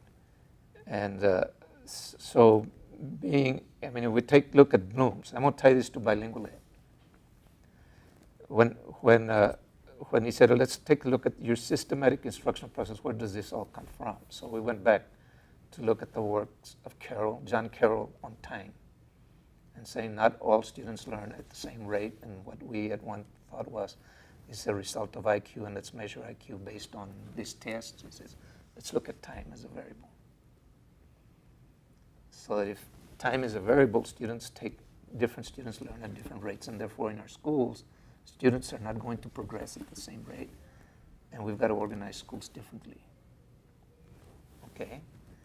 So this is the next, okay, here comes Bloom, and Bloom has his model, right? Because Bloom comes after Carroll. And he says from there, okay, now let's take it that we have that, we're going to add the quality of instruction.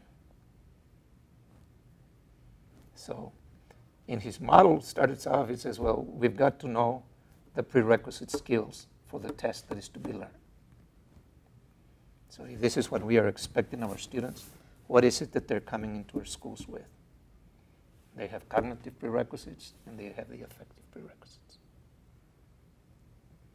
And then the quality of instruction has to go beyond what we now do in our schools at that time. So he was defining the conventional, and under the conventional instruction, we're saying 50% of the students are above level, 50% are below. I would say 1/3 are A's and B's, 1/3 are C's, and 1/3 are D's and F's. And what was interesting, when we pursued that conversation, that 1/3 D's and F's were dropping out of school, but yet in our junior and senior classes, we still got 1/3 D's and F's. Okay. So anyway, so we have the quality of instruction says quality of instruction will include higher level thinking or higher levels in Bloom's taxonomy, but it will include multiple opportunities for learning, multiple assessments, all that. That when we do those things in the classroom with our students, that we can get one standard deviation increase in terms of this number of students that are at or above grade level. So it went from the 50 to 84%. But it is because we moved from the one-time shot, single shot instruction to multiple. And then from there, other students at Bloom then came in and said, okay, the other research included tutoring, which went one-to-one. And so the one-to-one was getting over 90% of the students that were able to learn that, which at one time we thought it was only reserved for the top kids. So we've got to look at our instructional process. We've got to look at instruction and what's happening there. But now how we were able to look at, how then I started looking at this, you know what? When we look at English language learners, because it's not a matter of this research only applies to you if you're learning in English. It applies to you whether you're learning in English or in any language. But look at what happens to the English language learners. English language learners, just like anybody else, they need cognitive prerequisites and affective prerequisites. On the cognitive side, I said we want to look not only in terms of the academic skill, but let's look at the language prerequisite. I said if we're going to think that the English language learner needs, or any learner just needs cognitive prerequisites for those that do not understand the language, it goes beyond just that academic piece. It's got to include language. So in our instruction, we've got to make sure that we deal with both. So if they don't have the prerequisite skills, the prerequisite is a language where they can understand what is being presented. You've got to get that into the instructional process. And on the affective domain, if the students are not being successful, their affective domain is negatively impacted. And what was coming out at the time was that the affective domain was just as powerful as the cognitive. We can have students that are GTs, that if they're effective at that time when they're coming in for the learning task, if they're not ready, they're not going to be successful. So we've got to make sure of those two things. And the best way to ensure that the affective domain is positive is that they are successful. Because I cannot tell a student, you're okay, but yet they're failing. they cannot feel good about their learning if they are not passing. So our process has to ensure then that students are learning as they move along. So the two had to come together in my mind in terms of dealing with bilingual ed and how can we capitalize on what we know plus what we're learning about bilingual education. And so that started off with us doing that, and we had a change in superintendent. So Dr. Kathy was there 1981, 82, 82, 83. So we have all of that in place, ready to go in the summer of 82. And so the summer of 82 was, the board approved that I go to Columbia University and spend some time at Columbia for, I don't remember how many days, at the superintendent's conference. And Dr. Perez was already superintendent, and I came back. When I came back, Teresa Flores and I had a discussion, and we were all excited about the year, but she said, you know what? She said, Dr. Perez brought in Dr. King. While you were out, Dr. King. And Dr. King had been the assistant superintendent, was the name of the assistant superintendent before I was there. And I said, but why did he bring Dr. King? Well, it was not Dr. King that I thought. It was Dr. King who Dr. Perez had worked with in Dallas, and they had good, successful learning experiences there. Which Dr. Perez is this? Pablo Perez was the superintendent from 83 through 92 in McAllen. And is he still around? no, he passed away about 10 years ago. Yeah, Where was he from? from Mission. Pablo Pablo Perez. Perez was the first Hispanic superintendent in McAllen. I had a lot of respect for the man. Very good.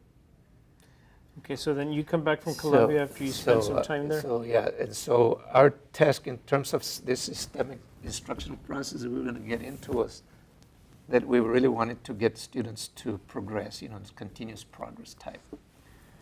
And when I came back and we had our discussion, it was we're moving away from, we're going to keep the process, but we're going to move to online, on-level instruction, on grade level instruction.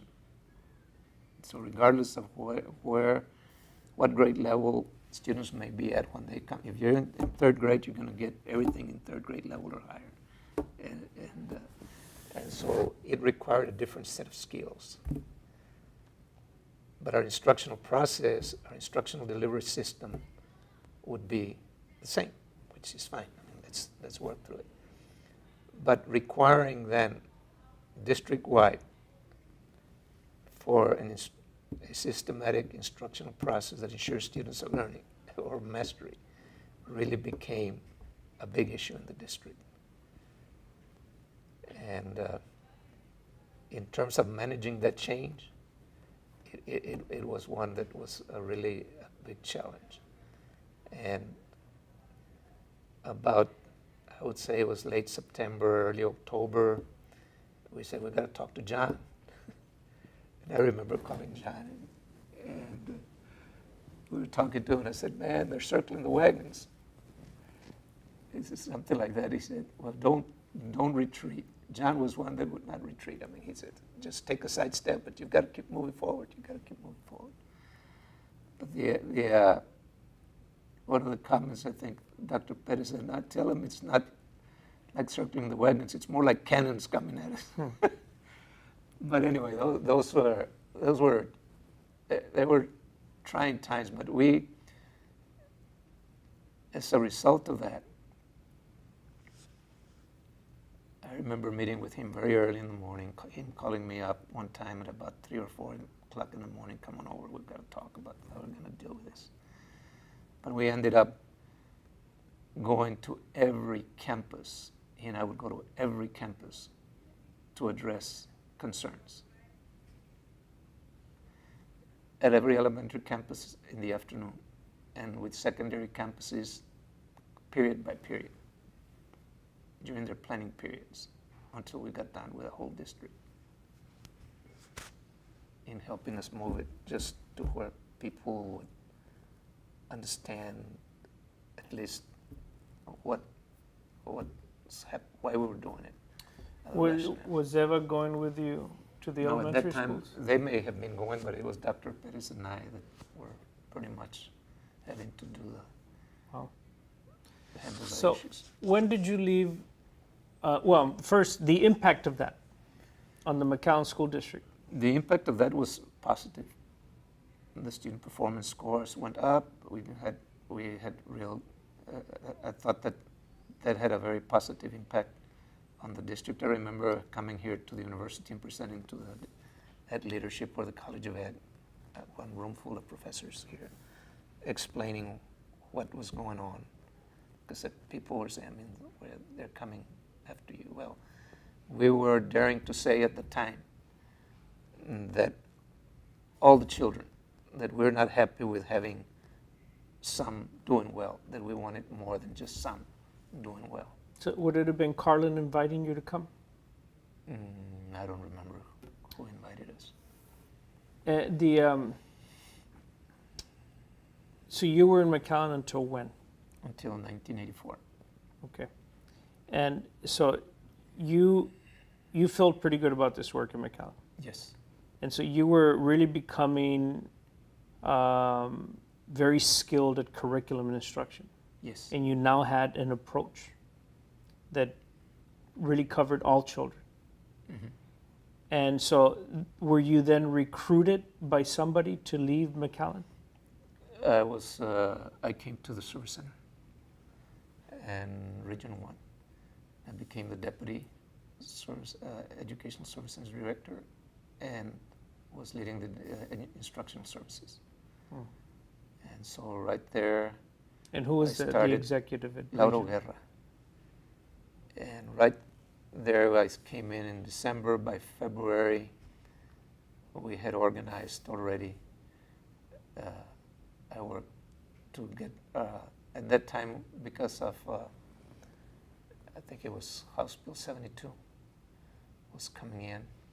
And so we were already looking at a new system of evaluating principals, while evaluating teachers.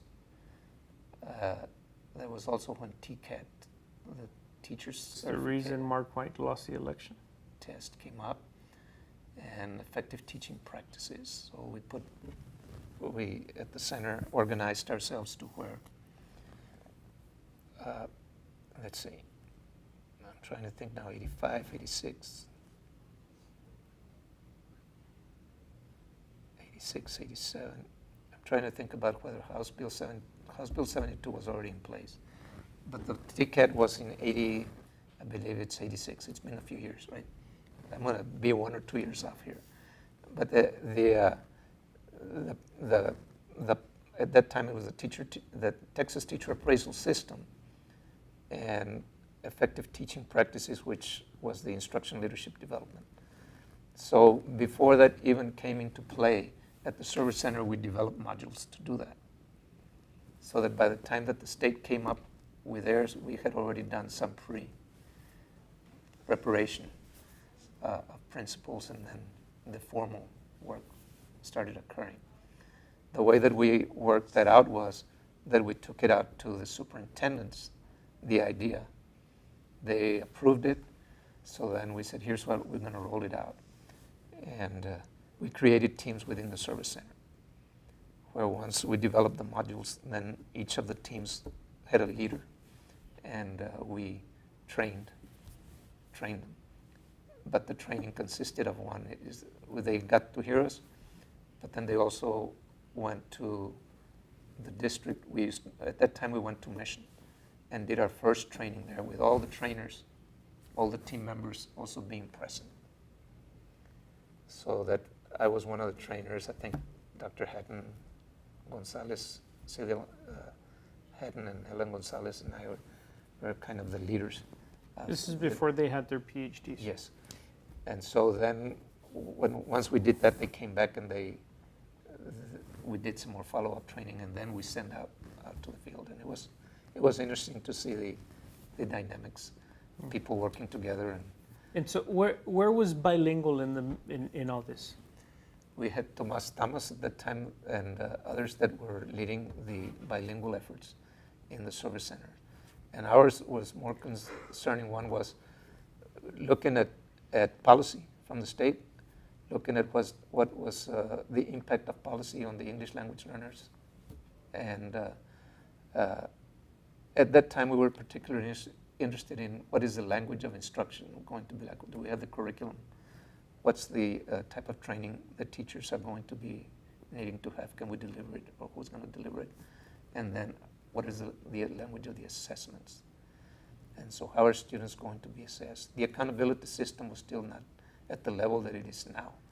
So a lot of the work at the time from the service center was just being an advocate for the resources required to work with English language learners.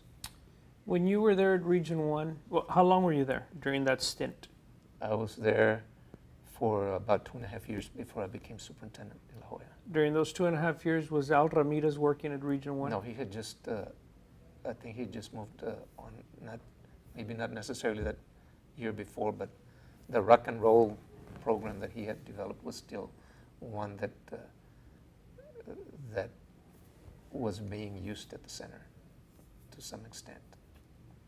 When you were working in McAllen, before you went to Region 1, did you have interactions with Al Ramirez? No, sir. No. No, I did not. When you went to Region 1, Tomas Thomas was in charge of bilingual? Tomas Tamas was working with bilingual. I don't recall whether he was the director. We had another lady there, Rodriguez, but I don't remember just how those two were connected. Okay. But I thought that it may have been Tomas Tamas.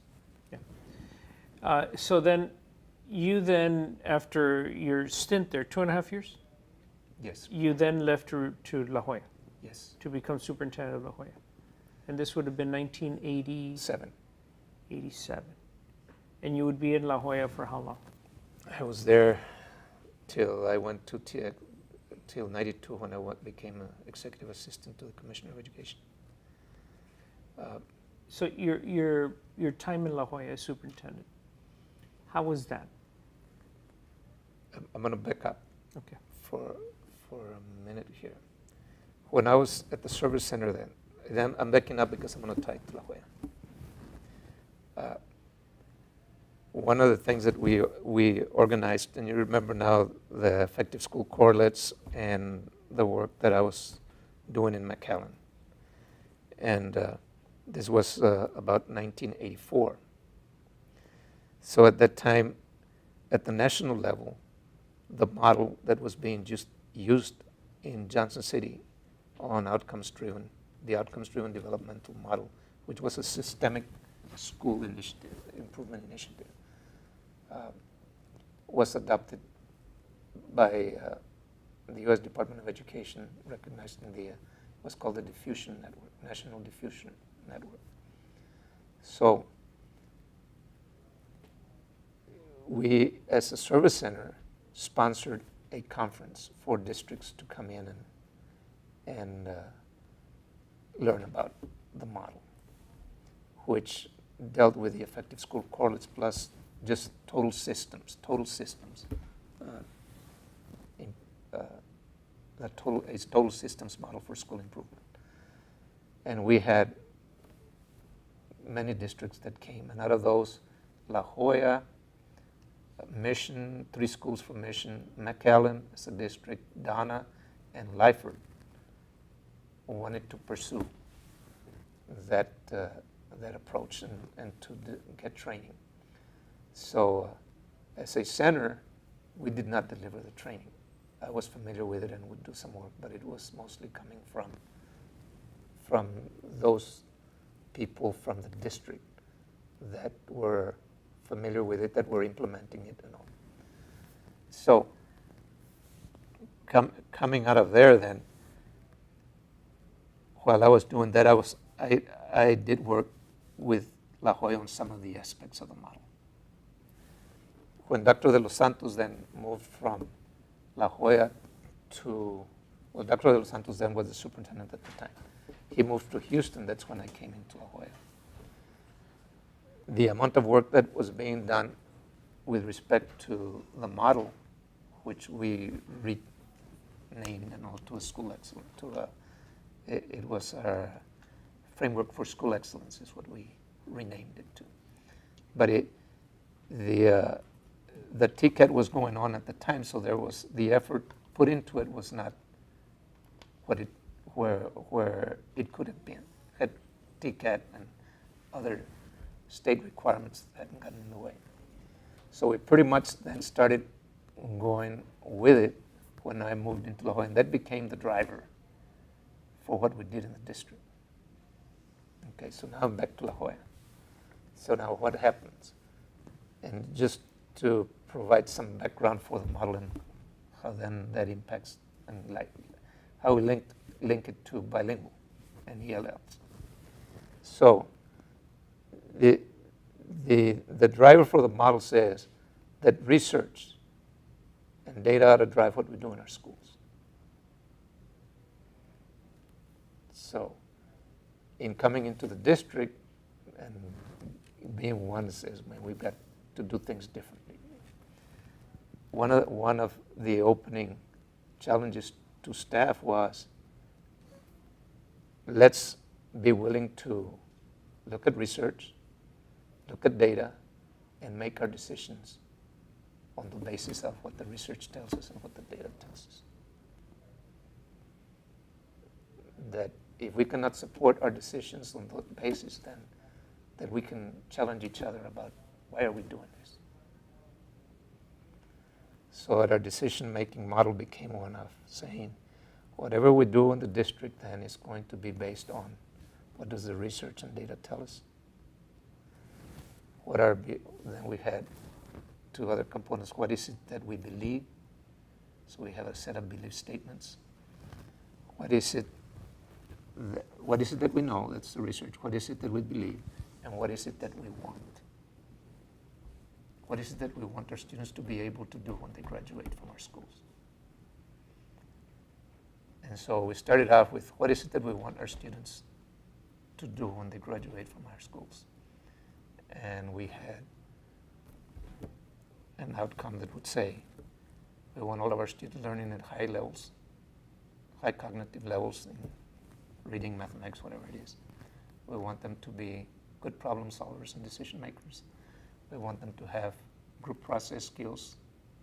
We want them to have good self-esteem, that they graduate from our schools with a positive self-esteem, that we don't destroy their self-esteem as they're moving through our schools, that they are at least bilingual, that they are literate in 2 languages, that they are computer literate, and physical well-being. We had 8. I don't know if I named the 8 of them. But so they said, okay, so everything that we do in our schools has to contribute to this. The programs, the policies, the practices. Is it aligned with what we know? Is it aligned with what we believe? And is it going to get us what we want? And if we're able to answer yes to the 3, we do it. And if not, we won't. So that became the driver. Now he says, what are the systems? Remember, with this systemic model. So the systems then included then what are we going to do what are our instructional support systems that we're going to have? Curriculum, instruction, assessment, accountability. We said, okay, this is it. What are the administrative support systems? And for the administrative support systems, we had what do we need in terms of staff development? What do we need in terms of managing the change? And at that time, we were dealing with hordes, levels of use, and stages of concern. Not formally, but we knew what was there. And we then did the problem-solving, decision-making, and school climate. And then we dealt with the board and community. So that was the other component was board and community. Now we set up, okay, now what are our goals here going to be? And so our goals, and to this day, I can still go there and there still are. how are we going to make sure that each one of the systems are in place in the school? So we look now at the curriculum. I'm going to focus now on curriculum. And we can go into the others. To say, all right, so we want all of our students to learn these outcomes? Yes, all of our students. And in our students, there were 99% poor, 90+% poor, 98+% Hispanic. Many that were English language learners are, and many that are migrants. So our data right up showed us our students are not where they need to be. They weren't. When we look at the normal curve, we look at 50% are above grade level and 50% below. We were not even there. And we had a tough time, but just saying, okay, how are we going to move from here to where we just get to the 50%? But bringing back, time makes a difference. How are we going to deal with time? How are we going to deal with a migrant child who is not in our schools until October or November and lives in March? How are we going to get them the time to do it? How are we going to work with the students that do not have the language to be able to do that which we want? Those that are already coming in with the language.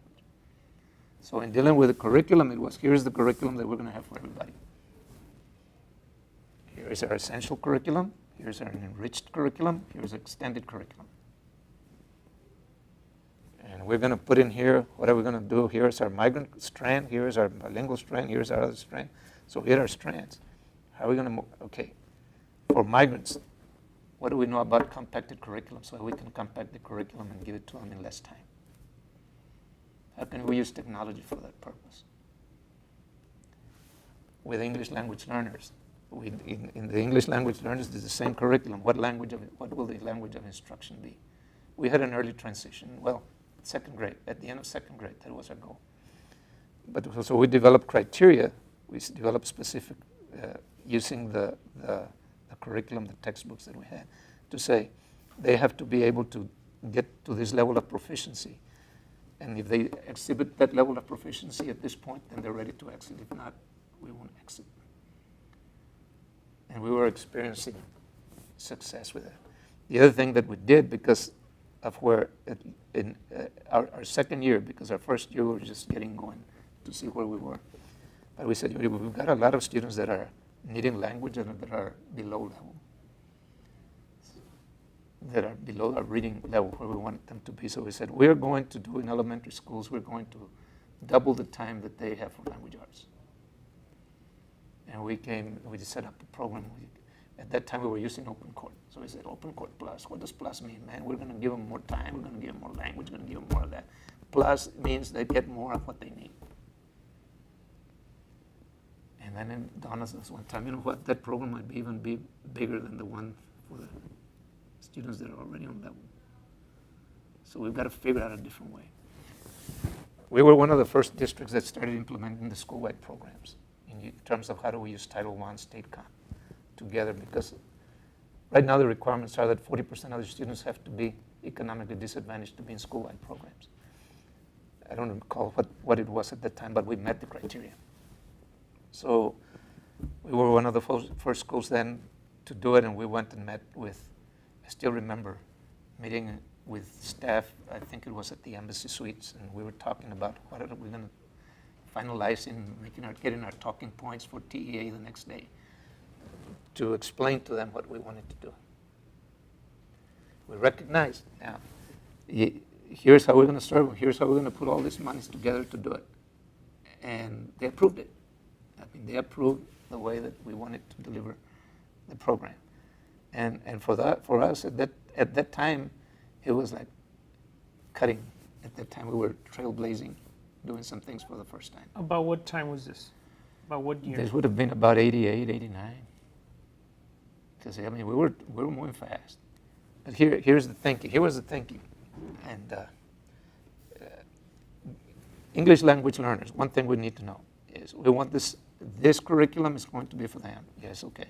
But one of the things that we also recognized is that when we look at gifted and talented programs, that the number of students, English language learners being served by gifted and talented is not necessarily representative of the gifts and talents of the students that are there.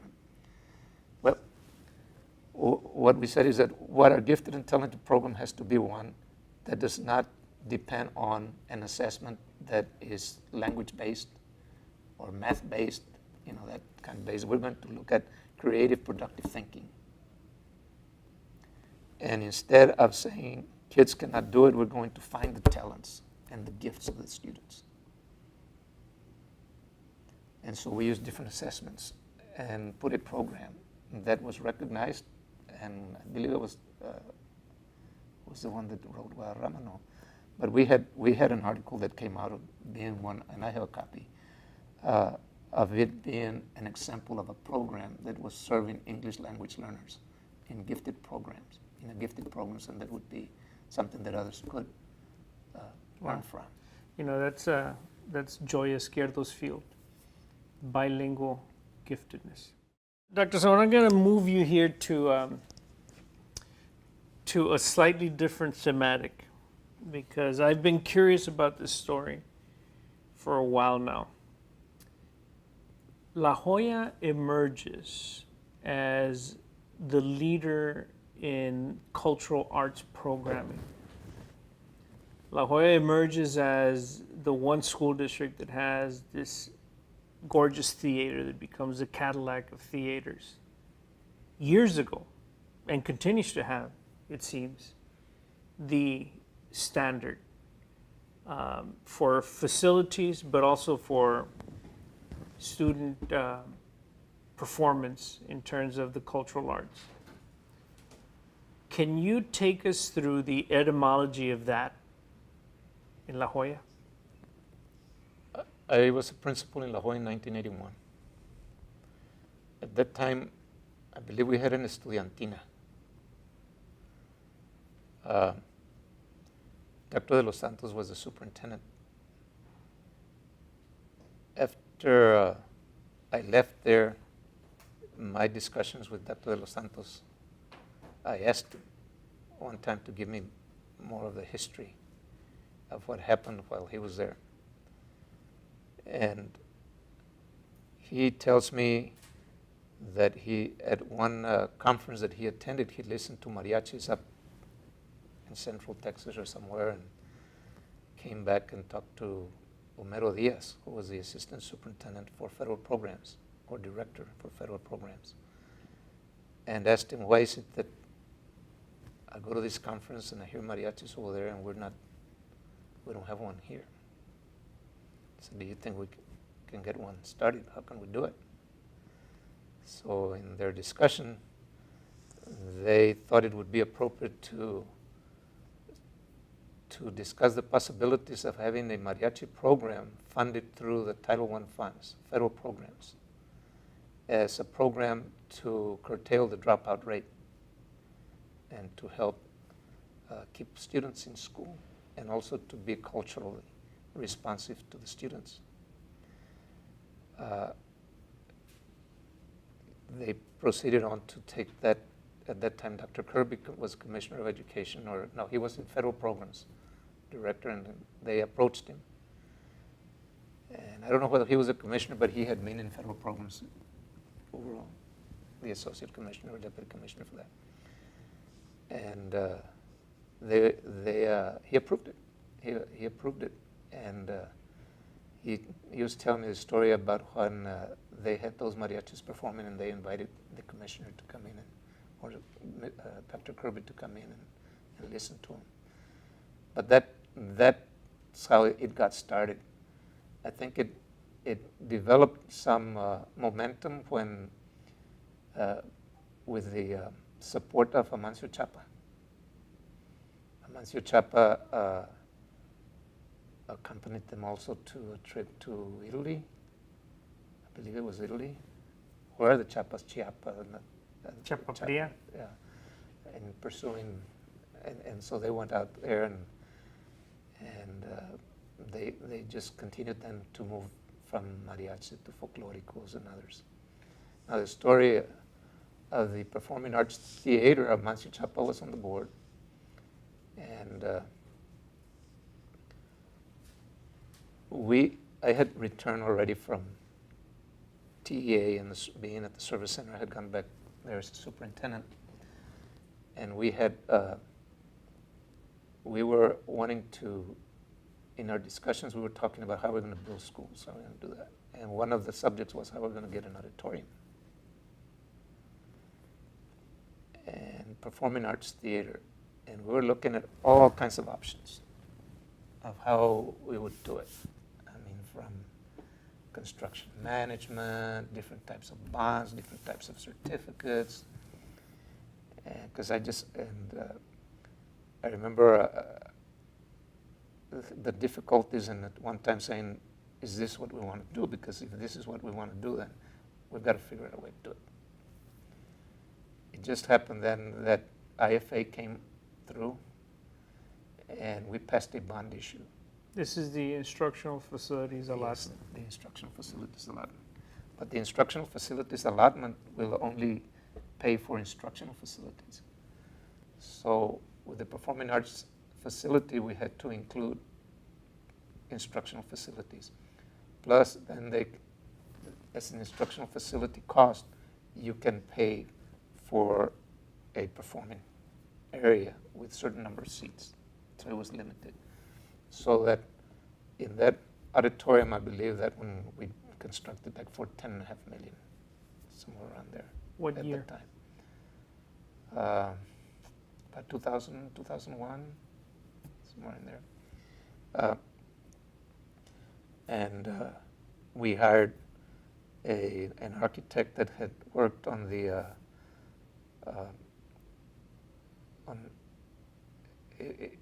I'm trying to remember the theater in San Antonio that had been remodeled by them, by that architectural firm.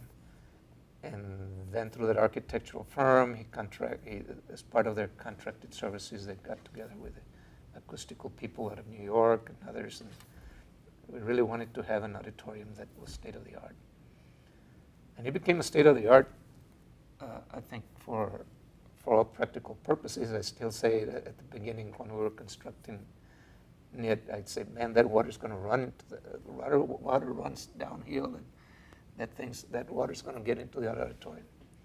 We had a big rain one day, and our facilities manager calls me, and he said, our auditorium is a swimming pool. So I said, well, we'll just make an auditorium out of it. No, but that aspect, had to be corrected, and we took care of it. But it has really become a center for others. One of the thoughts, and I might have shared this with you, is that when having grown up in La Jolla, I was aware of the facilities. La Jolla is very economically disadvantaged in terms of the community, and in terms of the overall finances, it's a low wealth district. So prior to the assistance facilities assistance being provided by the state, we struggled in constructing facilities. We had a lot of portable buildings. We had portable buildings all over. But during the time that I was there, when I started, we were at about 8,000 students. When I left, we were at about 21,000, my last year there. Our growth when I got there was maybe about 600. At one time, I thought we may have had like 1,200. So we kept track of the records. But just staying up with the growth was a big challenge. Had it not been for IFA, for the instructional facilities allotment, the district wouldn't have made it. We considered going to year-round schools in '92, to where we would have 1/4 of the students out of school because we couldn't house them all. One time we had 60 double portable classrooms around the high school. We had in a middle school built for 700 or 800, that's now the administration building. We had about 1,600 students. So the struggles were there. I mean, our struggles then and our advocacy for equity in school finance, equity in terms of assistance with construction of facilities that helped not only La Jolla, but a lot of the valley districts and districts across the state with that. But the advocacy for the performing arts has been there. Mariachis is there now, folkloric orchestra, choir, the bands, and they're highly competitive. When that began in 81, that was about the time that other school districts also began to move in that direction? No, La Jolla was pretty much on its own for a while. And now it's becoming a UIL event. It's moved from being, I think it was being born, at least here in the valley it was being born there in La Jolla, and then we've got them across the valley. So it must have been, because I was... It was before 87, so it must have been about 84, 85 when Dr. de los Santos was there. Okay. Yeah, because I remember that it was in the early 80s when Benny Layton at Ed also began the Estudiantina through Title I programming as well. And so I think that Benny Layton may have gotten his inspiration from La Jolla. Más o menos is what I remember.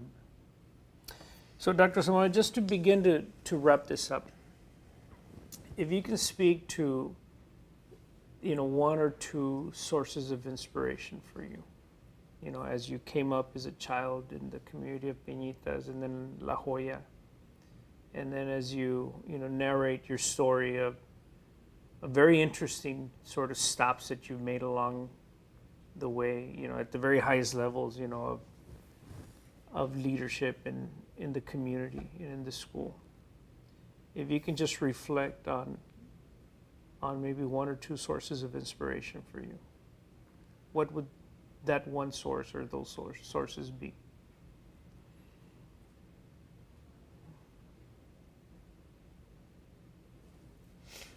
Personal, individuals. Personal. But by personal, you mean an individual? It can be an individual, but it can also be like there's a story that Leo J. Leo used to tell, and that he had. Yikes! Can you pick me up still? Can you pick me up? See, okay. That he once told to Hubert Miller. I don't know if you remember Hubert Miller. He was a historian here. Hubert Miller was an oral historian. And so he sat down with Leo J. Leo one day in the late 1970s. And Leo J. Leo told of a story where he actually witnessed a Texas Ranger shooting down a Mexican man who was crossing the Rio Grande River. And he spoke about that as a real moment for him, a high impact, impressionable moment. It was a moment that even moved him and inspired him, to do what was right, even if it was going to be.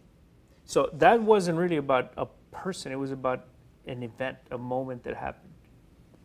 My question for you is about, a source that can be a person or an event of inspiration for what Roberto Zamora would do in life. If I would consider it just family-wise, it would be my father. I have a picture right now. He was a custodian of the school, and I'm the superintendent.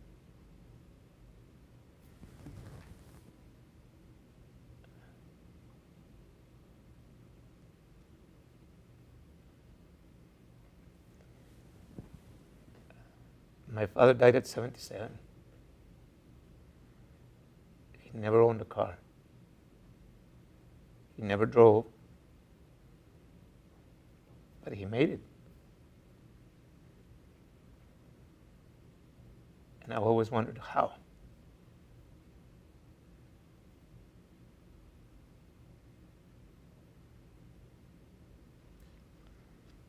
So how is it that he got to work, to get around, to do what he had to do? And when he retired, on very little money,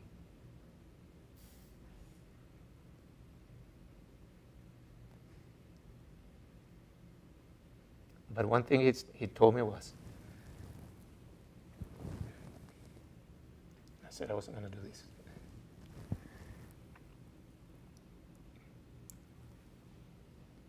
When I was going to Austin, he said, and he would tell me this before, whatever you do, you're going to be the best at it.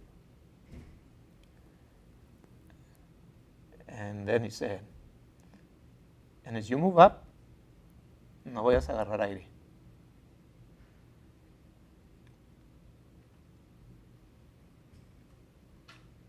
And so that's what I've tried to do.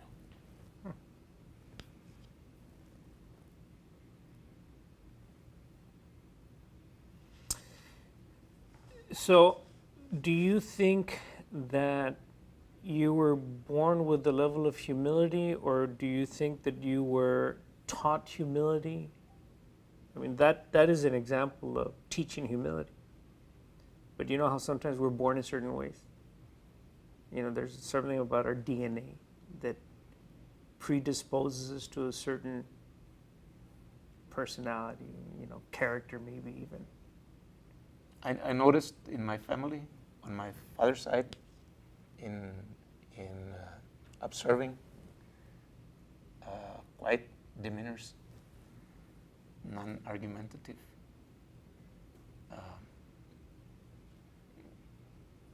I don't know that on my mother's side, because I didn't have those experiences with that family. But I would also think the same way, because as far as our relationships have been, even though my father remarried, and so it was like I had a third family, right? That was there, but in our relationships, it's always been that way. So, and then I think that over time I have learned to keep myself quiet, unless I need to say something.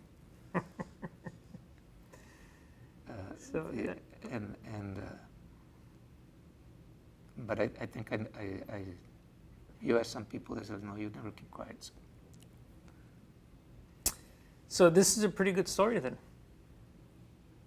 And to be able to take a picture with your father, you as superintendent, with a man who, you know, was a great man who never owned a car and who retired as a school janitor. He retired and then went back as a volunteer. He retired in '88 and stayed working till '94. He would go to school every day and not get paid and be honored every year for having the most volunteer hours. And so he died. ¿Qué hacía? When He would just be what the regular custodians do, he would do.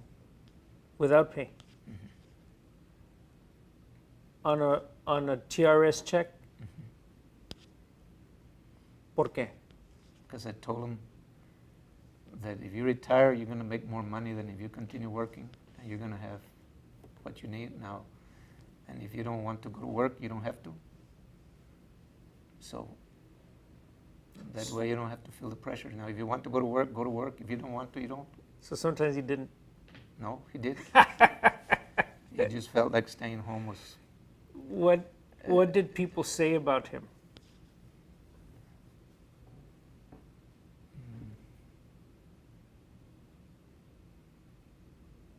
What would they say? He wore a uniform, no? Yes. My father was a quiet person around us, but everybody else would tell us how he would have all, how he would be very open and have stories and make them laugh and do that. But yet at home he would not open up. He wouldn't open up.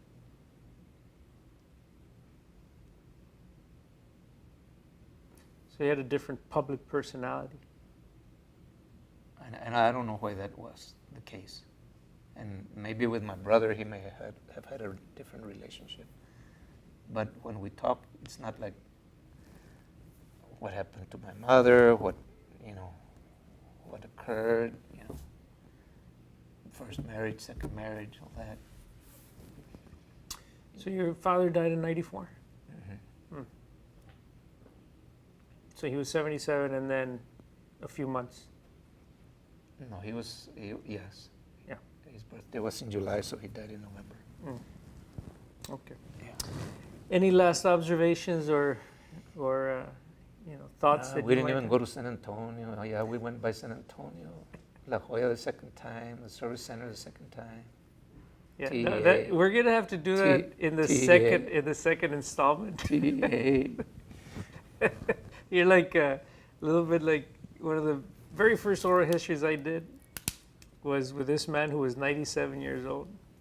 He had been born in 1900, and so this is 1997 when we were doing the oral history, and I had a group of high school students with me, and so we did about 2 hours with him at his house, and so we had to leave because the bus came, to pick everybody up. Y le dije al señor Don Isabel, ya nos tenemos que ir, vamos a tener que pararle aquí, y me dice, pero apenas voy en 1927. We didn't even get to my migrant camps. You reminded me, no, but we're going to have to do a second installment then. We didn't get to migrant camps. We didn't get to the peace.